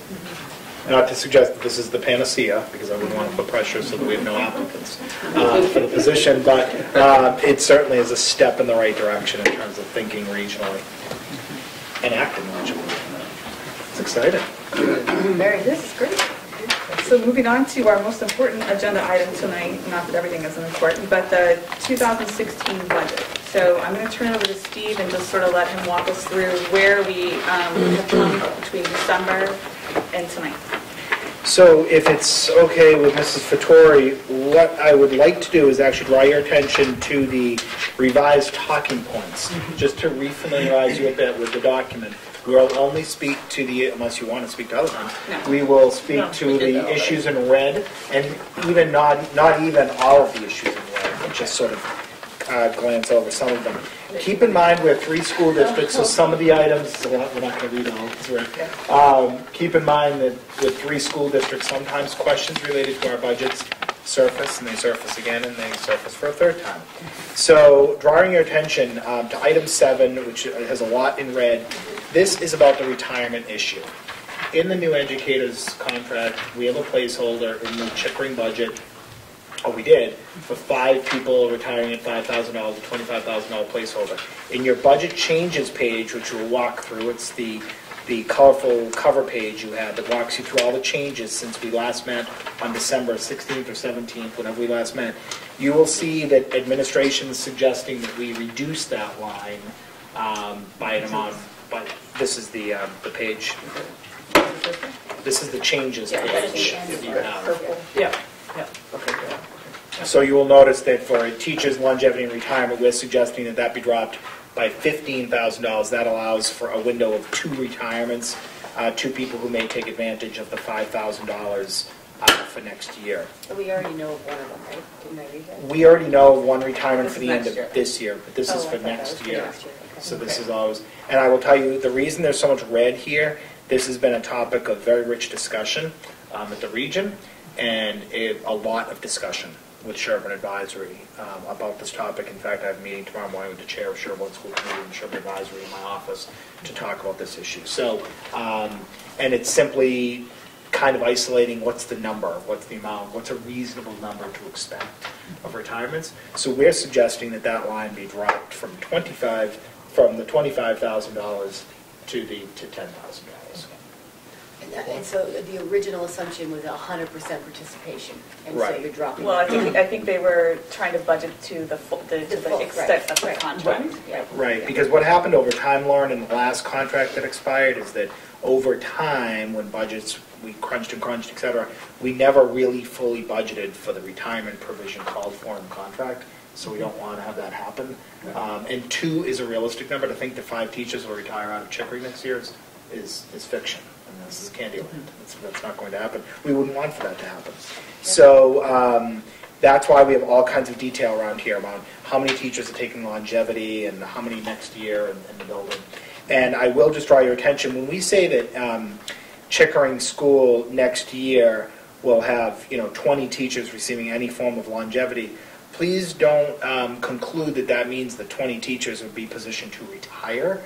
Certainly by retirement by definition of contract and retirement by definition of MTRS, as teachers' retirements are really 2 very different things. So, Ours is 4. Exactly, but 20 that are receiving any form of. Let's see, See we what- did have 2,000. She was reading this. Right. 2014. It's 14. Oh, 14. Yeah, that's why she got. So that should be 14, 15? Yeah. That's this year. Correct. They're retiring this year. Okay. And then you will see that we have not taken a credit yet or a reduction on the cover page for any kind of reduction in the transportation line. The RFP is out, the bid opening is January 30th, Chris, for that, and there will be some discussion around the number of buses. So as Lauren knows from the School Start Times Committee, we know that we can reduce the buses at both elementary schools. And we're estimating that we can reduce each elementary school by 1 bus, and we still do need the 19 school buses that service the region. So at the moment, 19 buses service Dover-Sherburne Regional Schools, 10 of them service the town of Dover, 9 of them service routes in Sherborne, those same 10 buses service Chickering School, those same 9 service Pine Hill Elementary School. We know that we can bring that down to 9 and 8 respectively for Chickering and Pine Hill, and maybe even further. But certainly, we know that we can be with 1 less bus at each elementary school. Those haven't been looked at or reduced in the 5 years that we've been living in the contract, and yet over those 5 years, we've seen a greater than 20% reduction in the population of Chickering. So. My question about that is, does that mean that bus routes are going to be longer? That was a basic concern of going down below 1, was the length of the bus route. And I think we have to take a look at that once, we have the bid award. The way we structured the bid specs is we can basically go down additional buses during the course of the contract, which is 3-year with 2-year renewal, based upon a number per bus. Yeah. So we have that ability, but that's a very big concern. Because Dover is not, it's that whole spoken wheel, and someone's way the heck out on 109, you still have to go pick them up. Well, one of the things that we've learned from our School Start Times Committee, among many, is that there really is a lot of work to be done around our bus routes and our pickup times and the layover that exists. We have a 15 to 17 minute layover between buses roll out of the regional campus at the latest at 7:20. They arrive as early as 7:08, 7:10. But those buses are rolling at 7:20, and we know that for a number of our school buses servicing Chickering, we have up to a 17-minute layover between the next pickups. We still have buses arriving to Chickering earlier than they should be. So we do know full well that whomever is the award recipient, there's a lot of work to be done, and even potentially looking at a software-based system to explore the routes for both of our towns. I did verify, Steve. Yeah. They purchased, 2 years ago, they purchased a software routing program. They used to do it manually. We can still tighten up the pickup times for sure. I mean, if we know that we have concern about kids getting to school early, and yet buses are rolling into the regional campus at 7:10, that tells you that for those buses arriving at 7:10, all of those pickup times could have been 10 minutes later. Because kids can't disembark from the buses there until 7:20. So what's the point of having a bunch of kids sitting? We experience the same thing. The same thing here. Same thing. So just know that's on our radar. We did not. Chris's suggestion was that we not reduce our budget estimation for transportation yet until we know better a hard number. Otherwise, it's sort of taking a sort of a shot in the dark. And we would benefit from the reduction of gasoline prices, right, in this bid? There's a fuel surcharge, and I did notice, typically it was running around $1,300, if I recall, for the 2 elementaries. This month alone, the entire bill was $628. So we're already benefiting from that fuel surcharge adjustment. So, but I understand they set a price, you can go above or below, that's what the fuel adjustment does. Right. Within a 10%. But that will also affect our contracted price. The fact that No, because it's based on the fuel surcharge. We pay that. I mean, it's based on the market rate. They'll build in some risk, but they're not going to build in the entire risk. Well, Lauren, when I met with Joe Conley, I did ask the question about could we go to smaller buses to save money? Could we do all kinds of things? And he said actually Conley doesn't have a fleet of, assuming Conley is the presumptive award recipient. They have handled the contract since 1979. But we will share that a number of companies have come in to pick up the RFP, which is interesting revelation. But I asked if we could go with smaller buses to save money. He said the fuel consumption is actually the same, believe it or not, or thereabouts. So he said you won't realize fuel savings by way of the smaller buses. Yeah. But I thought for the more extreme but smaller roads, but no go on that. Worth asking. Worth asking, yeah. On question number 13, we just illuminate there the number of children from Chickering who attend the Pine Hill Integrated Preschool, how many of those students we anticipate being able to roll into the Chickering Integrated Preschool program. So we provide a little bit of detail there for you, which we want to thank Marla and Terry and Audrey Moran for pulling all of this data together, because it's tough when you're talking about a moving population, but we feel our responsibility to provide you with the information. Also, point number 14 is the fact that there's a $40,000 placeholder for the replacement of the POS management system for the food service system. Is no longer Windows supported. In fact, this week we had a couple data crashes that we're trying to still recover from. So we have a placeholder in the Chickering budget, as we did in Pine Hill, for $10,000 in each elementary school for the replacement of that POS system, and $20,000 in the regional school district. We are trying our level best to finagle a way to make sure that we can cut that down, but that's your worst case scenario. Okay. Where is the placeholder? Is that a capital? So we have it's under, we budgeted that under technology software. in district-wide. But it's important to note that on your huge budget pages, when Chris says that, Chris is doing that behind the scenes right now. Right now, it's just captured on our cover page. Don't have it. Okay, just so you know where, you're wondering where it will land. Good question. The other question. That's a one-time, Yes. probably one-time. To buy the, There'll be like an annual fee of a few $100s or something. In-district education, point number 12. This reflects what you just voted upon, which is the reduction to the $5,024 for the fine arts position. And then on the next page, we provide all that. Point number 13, we provide a little bit of information there concerning ELL numbers.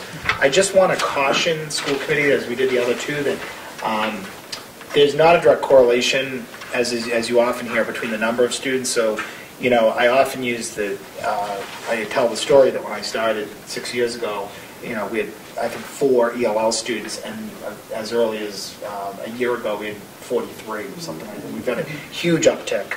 And students arriving to us who are in need of ELL services or who are ELL identified are typically at the beginner level, so they require an extreme amount of support, in-class support and external support. So it isn't as if you can look at the numbers and say, oh, well, that's great, the ELL numbers are down from 43 to 26 or something. There's not a direct correlation there. In fact, we, like many low-incident districts, never come close to meeting a required amount of time. The ELLs can be required to have up to 3 hours of individualized instruction daily, and we never come close to even meeting that standard. We tried, but we truly don't. That's something that you eventually qualify for? Right, you actually, you're assessed annually, and then we the whole consider you a point. FLEP, former limited English professional. Gotcha. So we aim for a lot of FLEPs. Yep. That's good. Yeah. And then point number 14, the proposed budget includes the increase for technology hardware. We've talked about that at the technology level meeting. And then we talked a little bit, we just did about the $5,000 placeholder, and you know, Mr. Ramsey opined on some of that, largely because of discussion that occurred at the region. Because as you can imagine, we need 2 towns to kind of agree on how this longevity treatment will be handled. On the last section on OOD, point number 3, we've updated the note to say that at this time we anticipate 25 regional aged out-of-district placed students from Dover in FY16. Of the 25 students, 6 are matriculating from the elementary level. That is to suggest 6 from the elementary level to the secondary level. 1 regional age student is no longer eligible for services next year. Does that mean we brought them back in district? Not necessarily. Okay. Might have aged. Gotcha. Point number 4. Point number 4 is updated to, as indicated, that as of December 1st, there were 11 elementary age students. Budget was built on 9, and 8 pre-K out-of-district students. Budget was built on 4 placed students from Dover. Of these total 19 OOD placed elementary age students, 6 are in the 6th grade and will matriculate. 6 are in the will be in the 6th grade next year. Yep, exactly. At this time, we anticipate 6 elementary age out-of-district placed students and 1 pre-K out-of-district placed student from Dover in FY16 for a total of 7 students. That's it for next year? Elementary. Predicted. K through 5? Predicted. Well, because 6 of them are going up to the Pre-K, but that's really good. Well, It's a big drop in I think pre-K. we were talking about this a little bit earlier. I think, why don't you talk a little bit about the language-based classroom and sort of what we're seeing in the Sure. So one of the questions that our school committees have asked is the huge investment we've made system-wide in terms of like language-based students who are, you know, meet an LB profile. And one of the important things to consider is not just, you know, we've made a pretty significant, as a school system, as 2 communities, pretty significant investment in the language-based approach. It isn't just a matter of, so therefore, how many kids are at language-based schools that we're bringing back. Oftentimes, the more cogent and more relevant argument is, how many students are in district that our efforts have provided supports for, so those students now aren't going out. And the Strategic Learning Center, manned, of course, here by Andrea Welch at Chickering, it does such a fantastic job. And when Ms. Green looked at a lot of the students who are typically grades 3, 4, and 5 here at Chickering, and we looked at the profile, a lot of those students meet an LB language-based profile. And so therefore, having those supports at the region has now sort of disarmed the conversation around, should these students be going to Carroll School, should they be going to Landmark, should they be going to some other school? So it's not just a matter of how many students come back, it's often how many students stay in. Never leave. Great. Yeah. Does So that help? you quoted a number in here of the savings. I don't know if it's related specifically to LB, but there was some, I can't remember where I saw it. It was like That- 450,000 was a number quoted. That was for the preschool. Okay. Oh, I thought it was more comprehensive than just that one area. I just wondered if it was possible, because that was, I think, rich content, but it would have been, is it possible to see the analysis so that it becomes, or is that an anecdotal? Because there's so many ins and outs. I mean, Yeah. the numbers move so quickly. We may have saved $200,000, but we had an influx of 120. And it's daily, it can move. Okay, that was a helpful, And I think number by to have in my head. saying that we're only going to have 7 out of district in our pre-K through 5 next year, that's an extremely low number Yeah. for us. So it shows that what we're doing here, we're keeping them in. I think that was a revelation that I hadn't really thought about.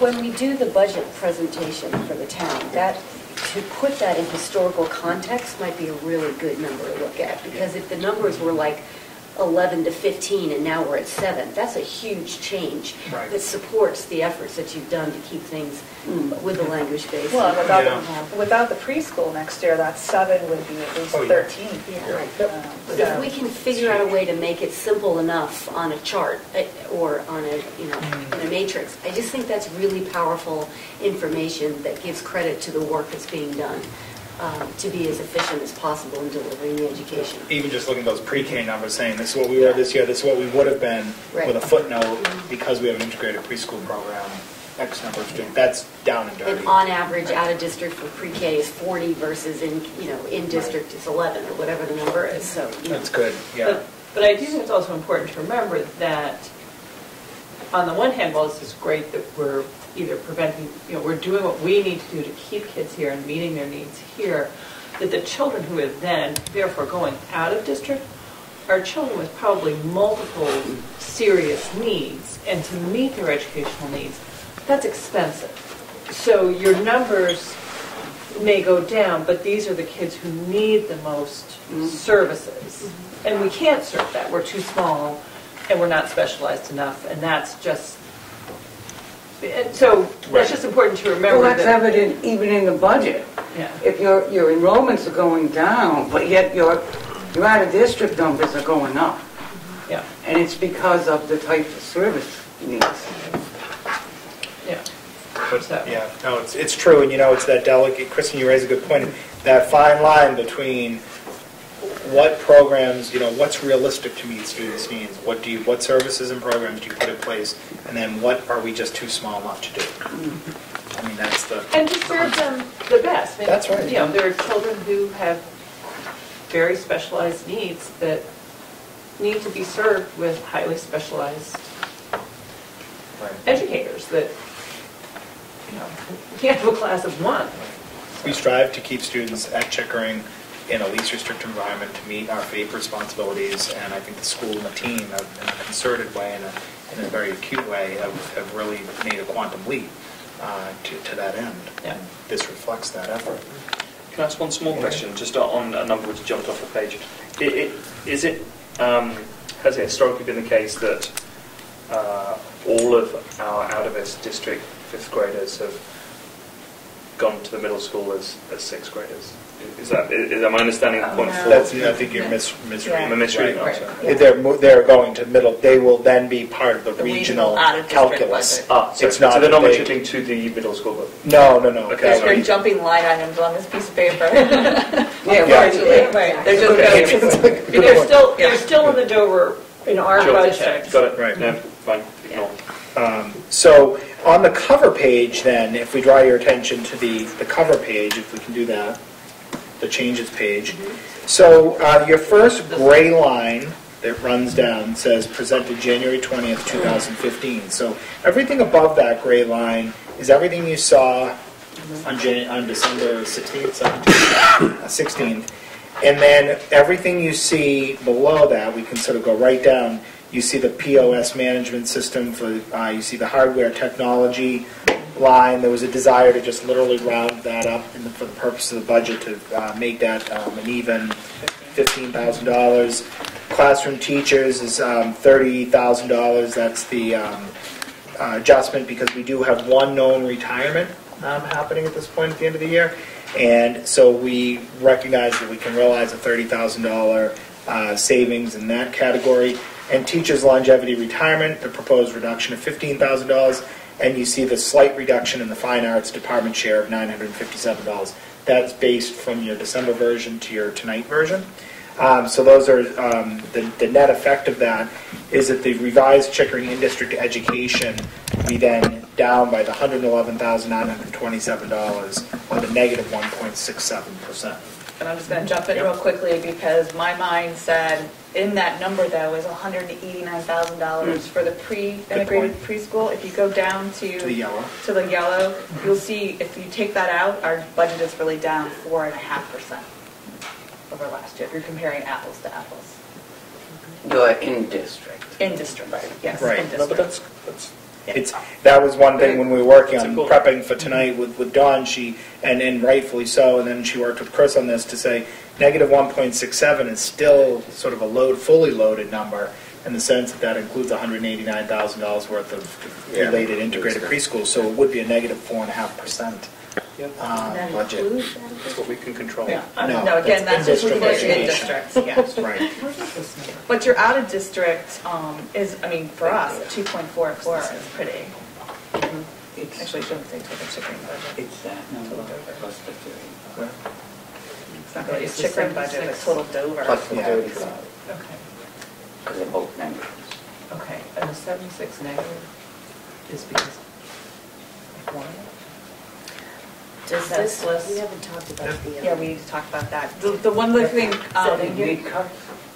Okay, just from December. Well, Yes. No, that's after the what we presented. So if we can continue down the page just a bit, I'm going to draw your attention to sort of halfway through the page is Chickering OD increases or decreases, and transportation is a slight increase for the Chickering out of district, and the footnote there is the increase based upon. Remember we talked at the last meeting about the accept transportation formula change? Yeah. So there was a slight increase when the dust settled on that side of the equation as well. Increase or decrease? Increase. We got an increase. The region had $100,000 savings. So the net is actually is a savings. Yep. Okay, because the regional transportation is still under our budget. Exactly. Yes. So Okay. if you scroll down to where it says Right. regional OD and transportation increases and decreases, that the region for regional age students are a decrease of $105,714. So obviously we were still to the good there. And then there was a change for non-public tuitions as well. That increase due to a couple of programmatic changes there. So regional OD and transportation, and then you see in the pink zone there the total Dover. It says Chickering, but should be total Dover budget revised is at the 2.44%. And then the issue down below has everything to do with what we just talked about, which is presentation about the total in-district education changes, notwithstanding the pre-K considerations. And then we wanted to do a demonstration on what would happen if, because you hadn't really, this was left as an open item with respect to the computer science, the reprogramming, no pun intended, of the computer science education here at Chickering and physical education. And we wanted to present the scenario of what would happen to your budget if the decision is made tonight to, or at your leisure, is made to effectively reinstate that 0.8 of the phys ed that was previously reduced. But I'll just say that whole package has nothing to do with budgetary. This is more program-based. Like we didn't do, this change wasn't driven by any kind of financial need. But just so when we're talking about it, if we decided to go an opposite of what administration is recommending, the net increase of the budget, it's important to know. Exactly. Right. But we weren't doing it to make our budget lower. No. Right. Okay. Right. So they did, Steve and Karen and I don't know who else, did put together a document Because I think one concern we had is what exactly would these classes look like? Because I don't think we had enough information in December, so I will turn it over to whoever wants to walk through. Certainly worked collaboratively with Steve Hart here at Chickering, the Information Technology person, and Teresa Bien-Ami at Pine Hill. So you can see the document that just gives the overview. Looking at the computer science standards that are nationally recognized, recognizing that the state of Massachusetts is looking at adopting similar standards by May of 2015. Integrating the basic skills of technology, the technology literacy standards, which is just usage of the computer, with computational thinking, collaboration, computing practice, computers as communication devices, and community global and ethical impacts.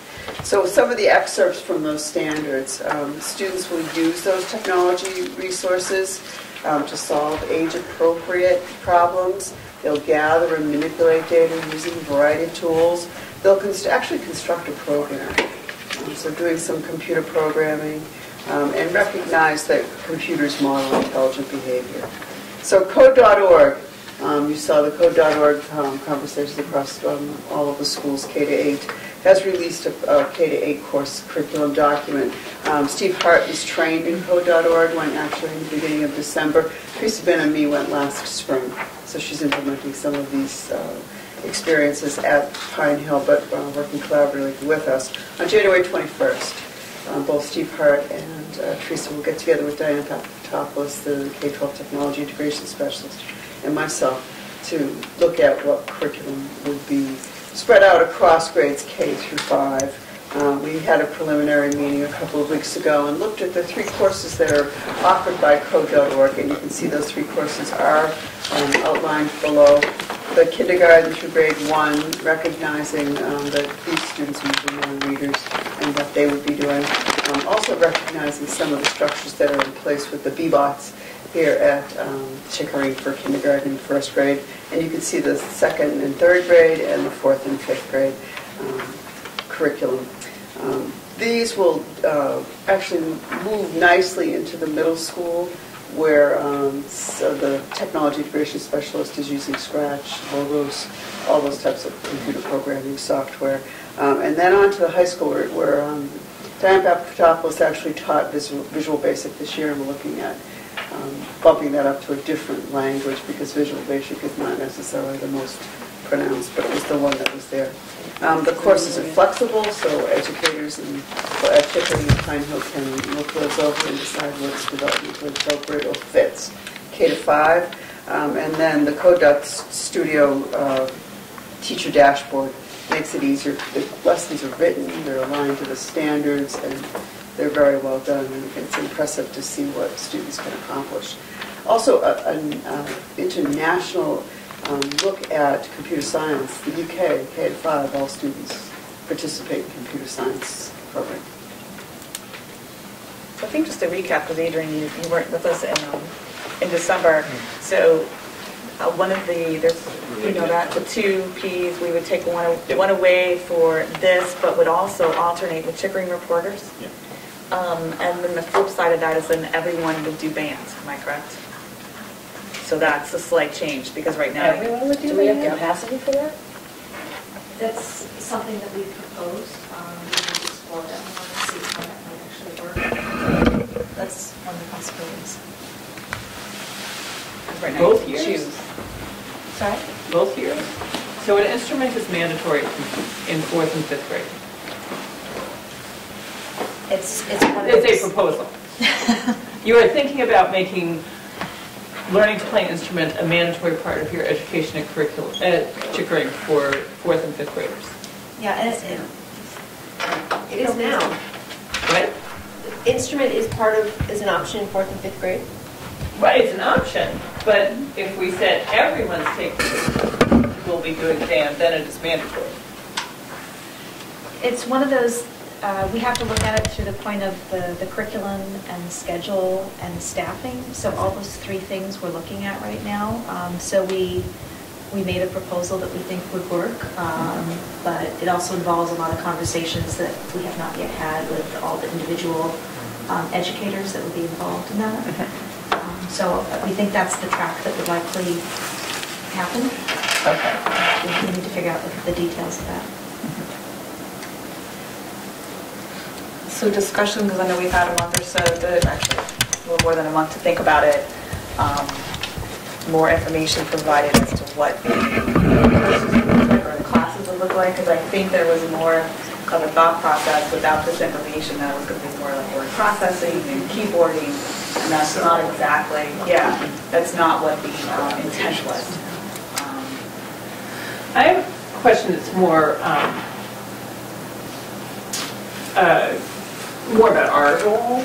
This seems like it's sort of that fine line between policy and operational. So, I mean, yes, this has a budgetary impact as well, but that's really not what's driving this. Right. So I kind of feel like that hat of ours, that budgetary hat, we haven't said we need to reduce our budget because of this. No, that was the point I was making, that has nothing to do with So the budgetary. that piece is, that hat, we don't have on. So do we have on our policy hats, or do we really have on, this is programmatic, and it's not really our job to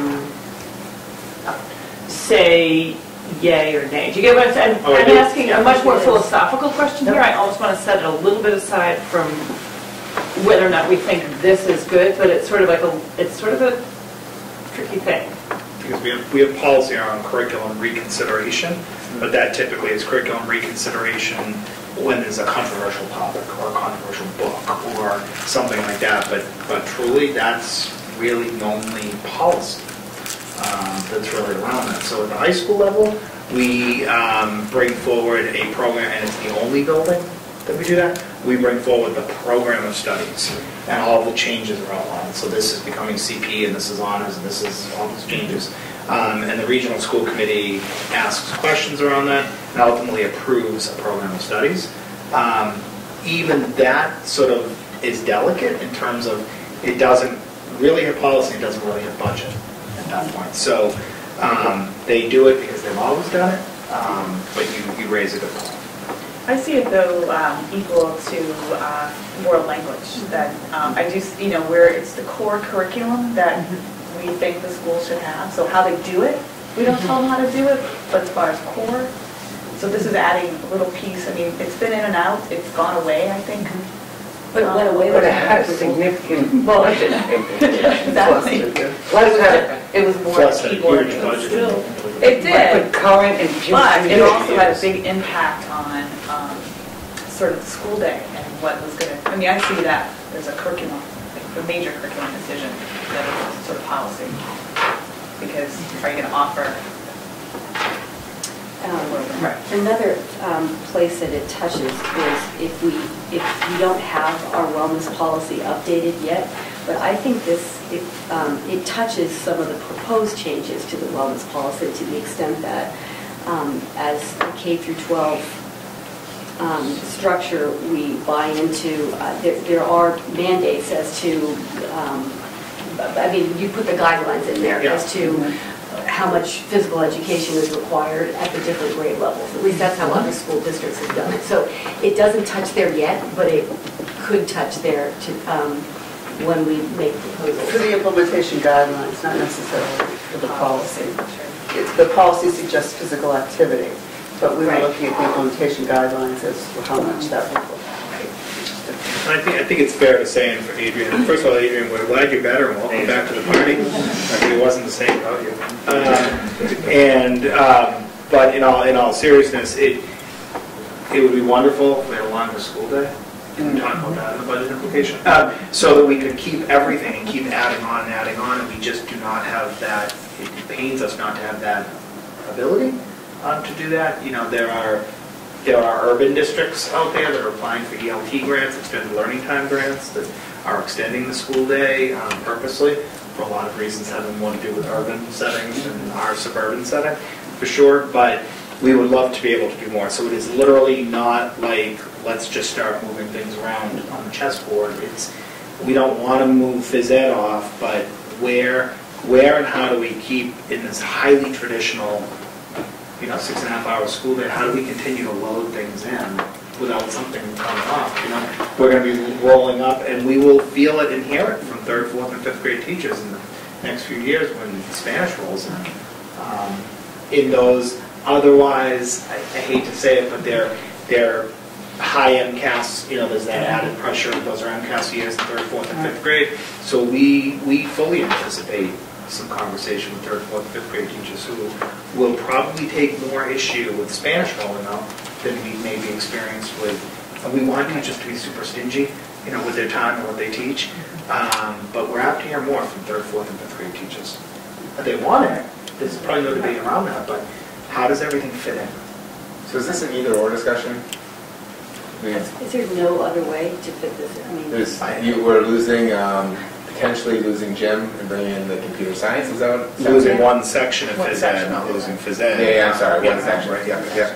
Right. I don't think we should think of it as bringing in computer science, but this is elevating the way we teach computational thinking, what it was, which I think is something that we should laud and approve. It's something that the administration seems keen on as well. This is why I feel like,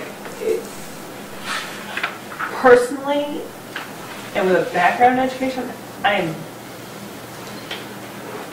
not, I think you've got a good vision, I understand the reasoning, this is no disrespect to the work that has gone into it. It's not the choice I would make. I would probably be the one sitting in those meetings fighting tooth and nail to keep the beam. That's, and on the other hand, is our role as a school committee member to, we have hired you, we trust you, we've voiced our concerns, or my concerns, I've voiced my concerns. And I think there's, I think you can sit on either way though, because I've actually thrown this out to a couple of parents who have kids here. There are a lot of people are all over this code and they want it in the classroom. They feel like we're lacking by not having it, and I think it's one of those extra after-school things that people are looking for the classes, the tutors, to do it. So when I presented it, most families I talked to said, absolutely. The kids get enough physical activity after school with all the sports. I'd rather see them have some really organized instruction around this, and they didn't see. It wasn't concerned to them that they were missing a 45-minute gym period during the week.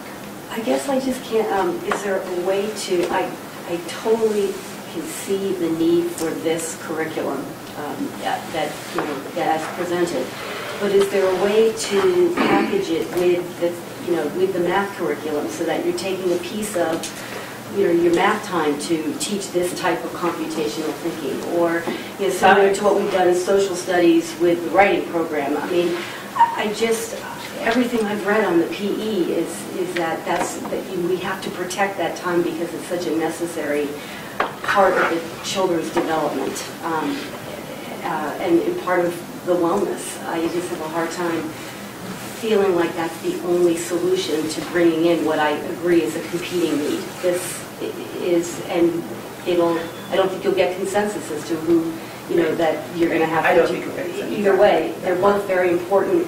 And is this the most creative we can be? Is that this is the only solution to getting this? And then I question, how are you going to get Spanish in? Because isn't that time, curriculum time on learning, more than 1 hour a week? 120 minutes. So where's that going to come from? Right. So if this is the most creative we can be for this piece, some of the hopefully that we're seeing, when we we're in the incubation of the world language, it was supposed to be overlapped. So there would be science you could overlap it in. There were some PE classes because I thought the curriculum was actually was also in Spanish. So there was going to be some overlap. Music, there was going to be some overlap, so that it would be layered on top versus having to be 120 minutes taken out. So I'm assuming to make it work, we're going to have to go in that direction with overlap, because you don't have 2 hours in a day for 3rd grade next year to just do Spanish with nothing else.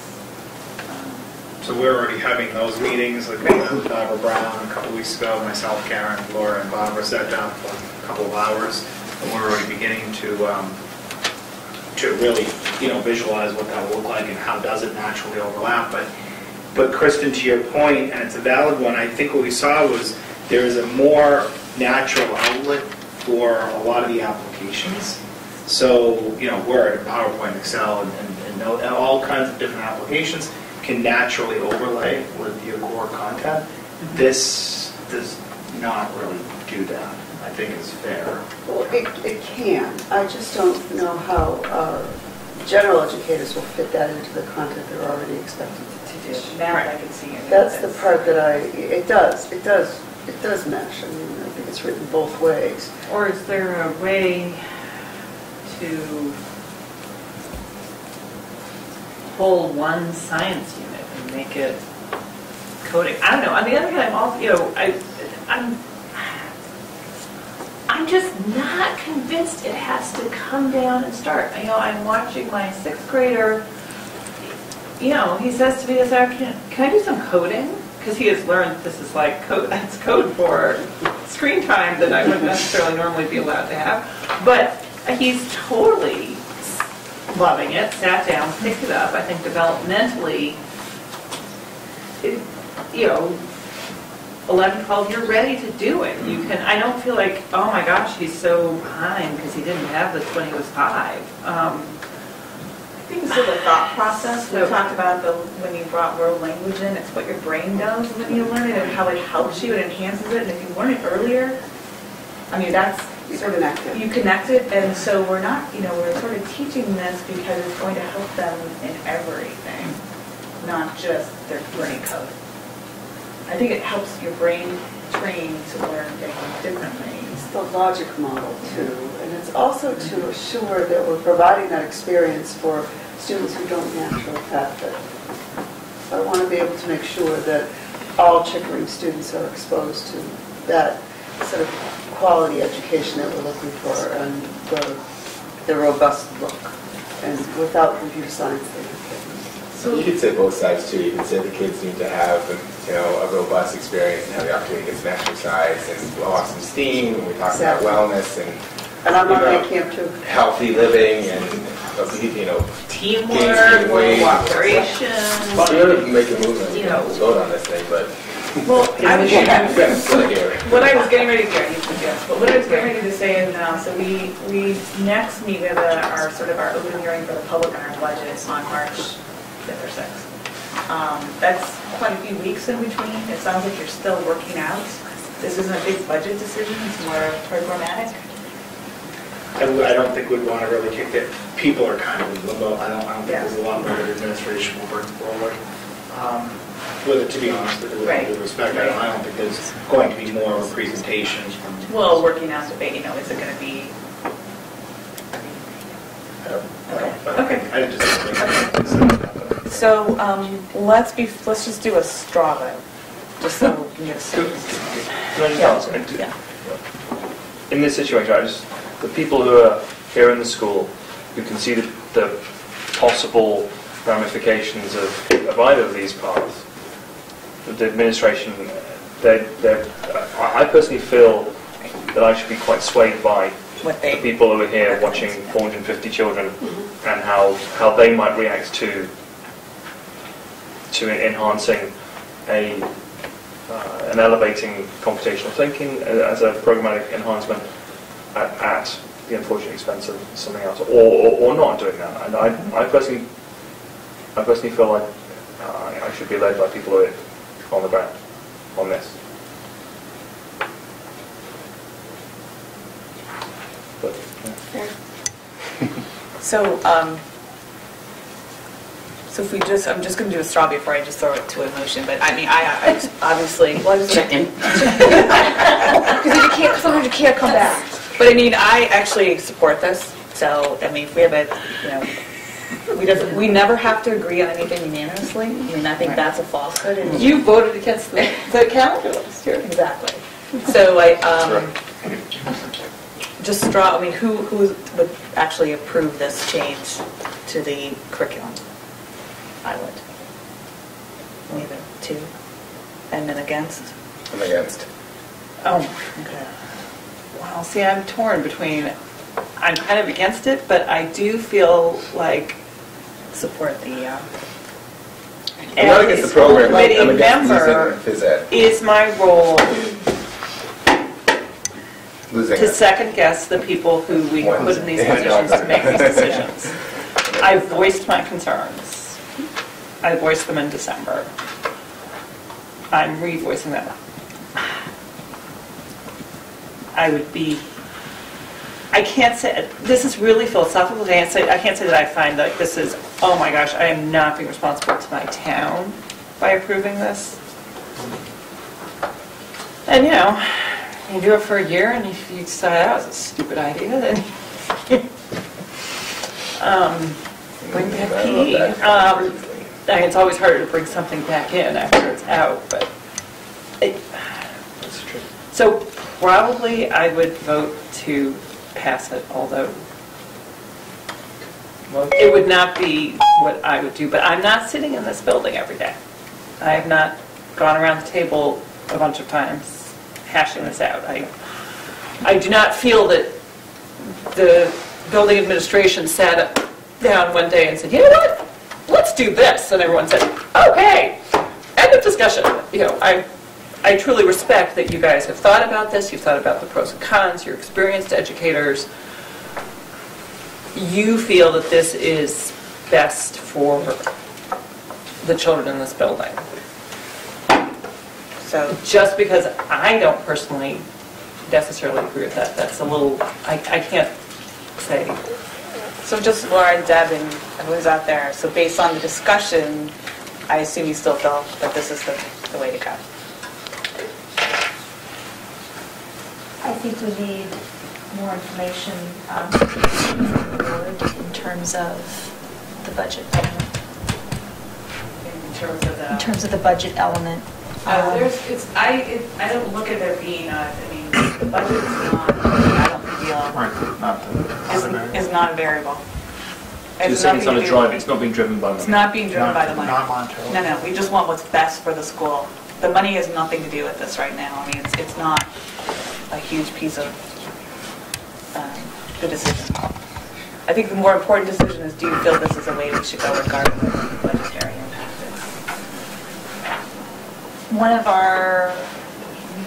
One of the pieces of information that we considered in proposing this was the decline of student enrollment over the past 7 years, and an understanding that there was an expectation to reduce the budget. If that's no longer the case, I would want to have further discussions. Yeah, I didn't realize it had anything to do with budget. I thought this I was. thought I could do it more time in the day and. Programmatic, right. Those are certainly pieces of it. I think we would have more flexibility in looking at options, if that were the case. I'm not sure I'm understanding, Laura. What do you mean? Do you need more time to... Yes. So in your mind, okay, so the way I guess I'm hearing is that this was a budget-driven decision. In large part. Not completely. Okay. So I think it's back to you guys to decide then. This wasn't a budget decision. We still have adjustments to make for transportation anyways. Yeah, exactly. Okay. All right, the only two cents I'd say is I don't want to pay a teacher a full-time salary if they don't have a full-time job. Oh, no, That's a little bit of the issue. Well, it would just come down to it's a 0.8. Right. On full-time. Right. With essential work, and maybe that would be adjusted, right? We wouldn't pay for someone to be there if they didn't want to. Right. Yes. Okay. In your packet, you have the draft of the business manager search process timeline. The other. Oh, yeah. Thank you. The one thing we need to do tonight is, we do need a representative from our committee to serve on that search committee. No, that's different, we've got multiple. She served on the committee that came up with a new. Today we sent out a memo. That's separate, so the search is open to any volunteers. So you should have received today an email. It's a business office task force update. But thank you so much, Dawn, for serving on that committee. Your assistance was invaluable. Yeah, Which sounds like a great opportunity. It was really helpful. And so we thank Dawn, Greg Garland, and Michael Lee for helping us with that. What we realized is that in the business office, we have a few glaring, I don't want to even really call it voids, just unmet areas. Like, how does food service plug into the business office? In terms of we have some human resource areas we'd like to cover, and capital asset management, like the database and our capital plan.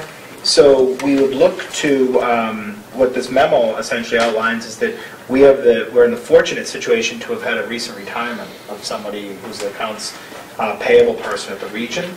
And in looking at that position, that's really not a 5-day-a-week position, it's a 3-day-a-week position. So what we'd like to use is the other 2 days a week, and this is what I've actually pulled the trigger on today in writing the new job description. And we hope to find somebody who's skilled in these areas who would be able to step in and help us with, when we move to the new POS system for food service, so that we can really connect food service with the business office, so we can connect human resources. We employ about 348 people system-wide in total, and we really don't have an HR person. It really is something that, so we have some areas. And so thank you, Dawn, for helping us with that. And then we've put together the business manager search process timeline. It's really heavy February into early March responsibilities, but we would welcome a participant from Dover School Committee. So think about it if there's no one who jumps, hand wants to go up tonight, and just let me know in the next couple of days because, February 2nd. Oh yeah, so let me know in the next couple of days because Steve isn't done fine. I'll check the dates. I may be able to, I'll confirm the March date, so I'll have a look. Okay, yeah, let me know. Thanks, Adrian.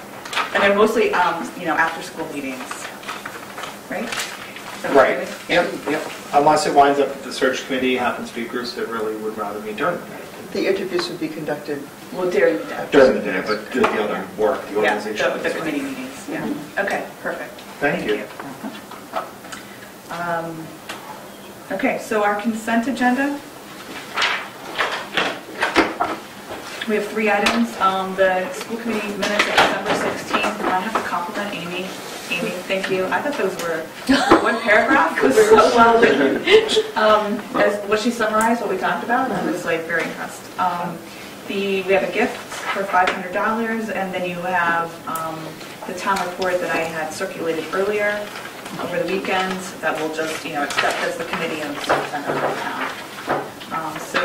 Any discussion on any of that before I ask you? It was $500. They give it to us every year. They get a grant through the Exxon. Oh, that's fantastic. Yeah, well, that's nice. Do I have a motion to accept the consent agenda? So moved. Did you have some? Can I just pass you mine? Yeah. Come back to whatever. Yeah. Second on that? Second. All in favor? Consent? Thank you.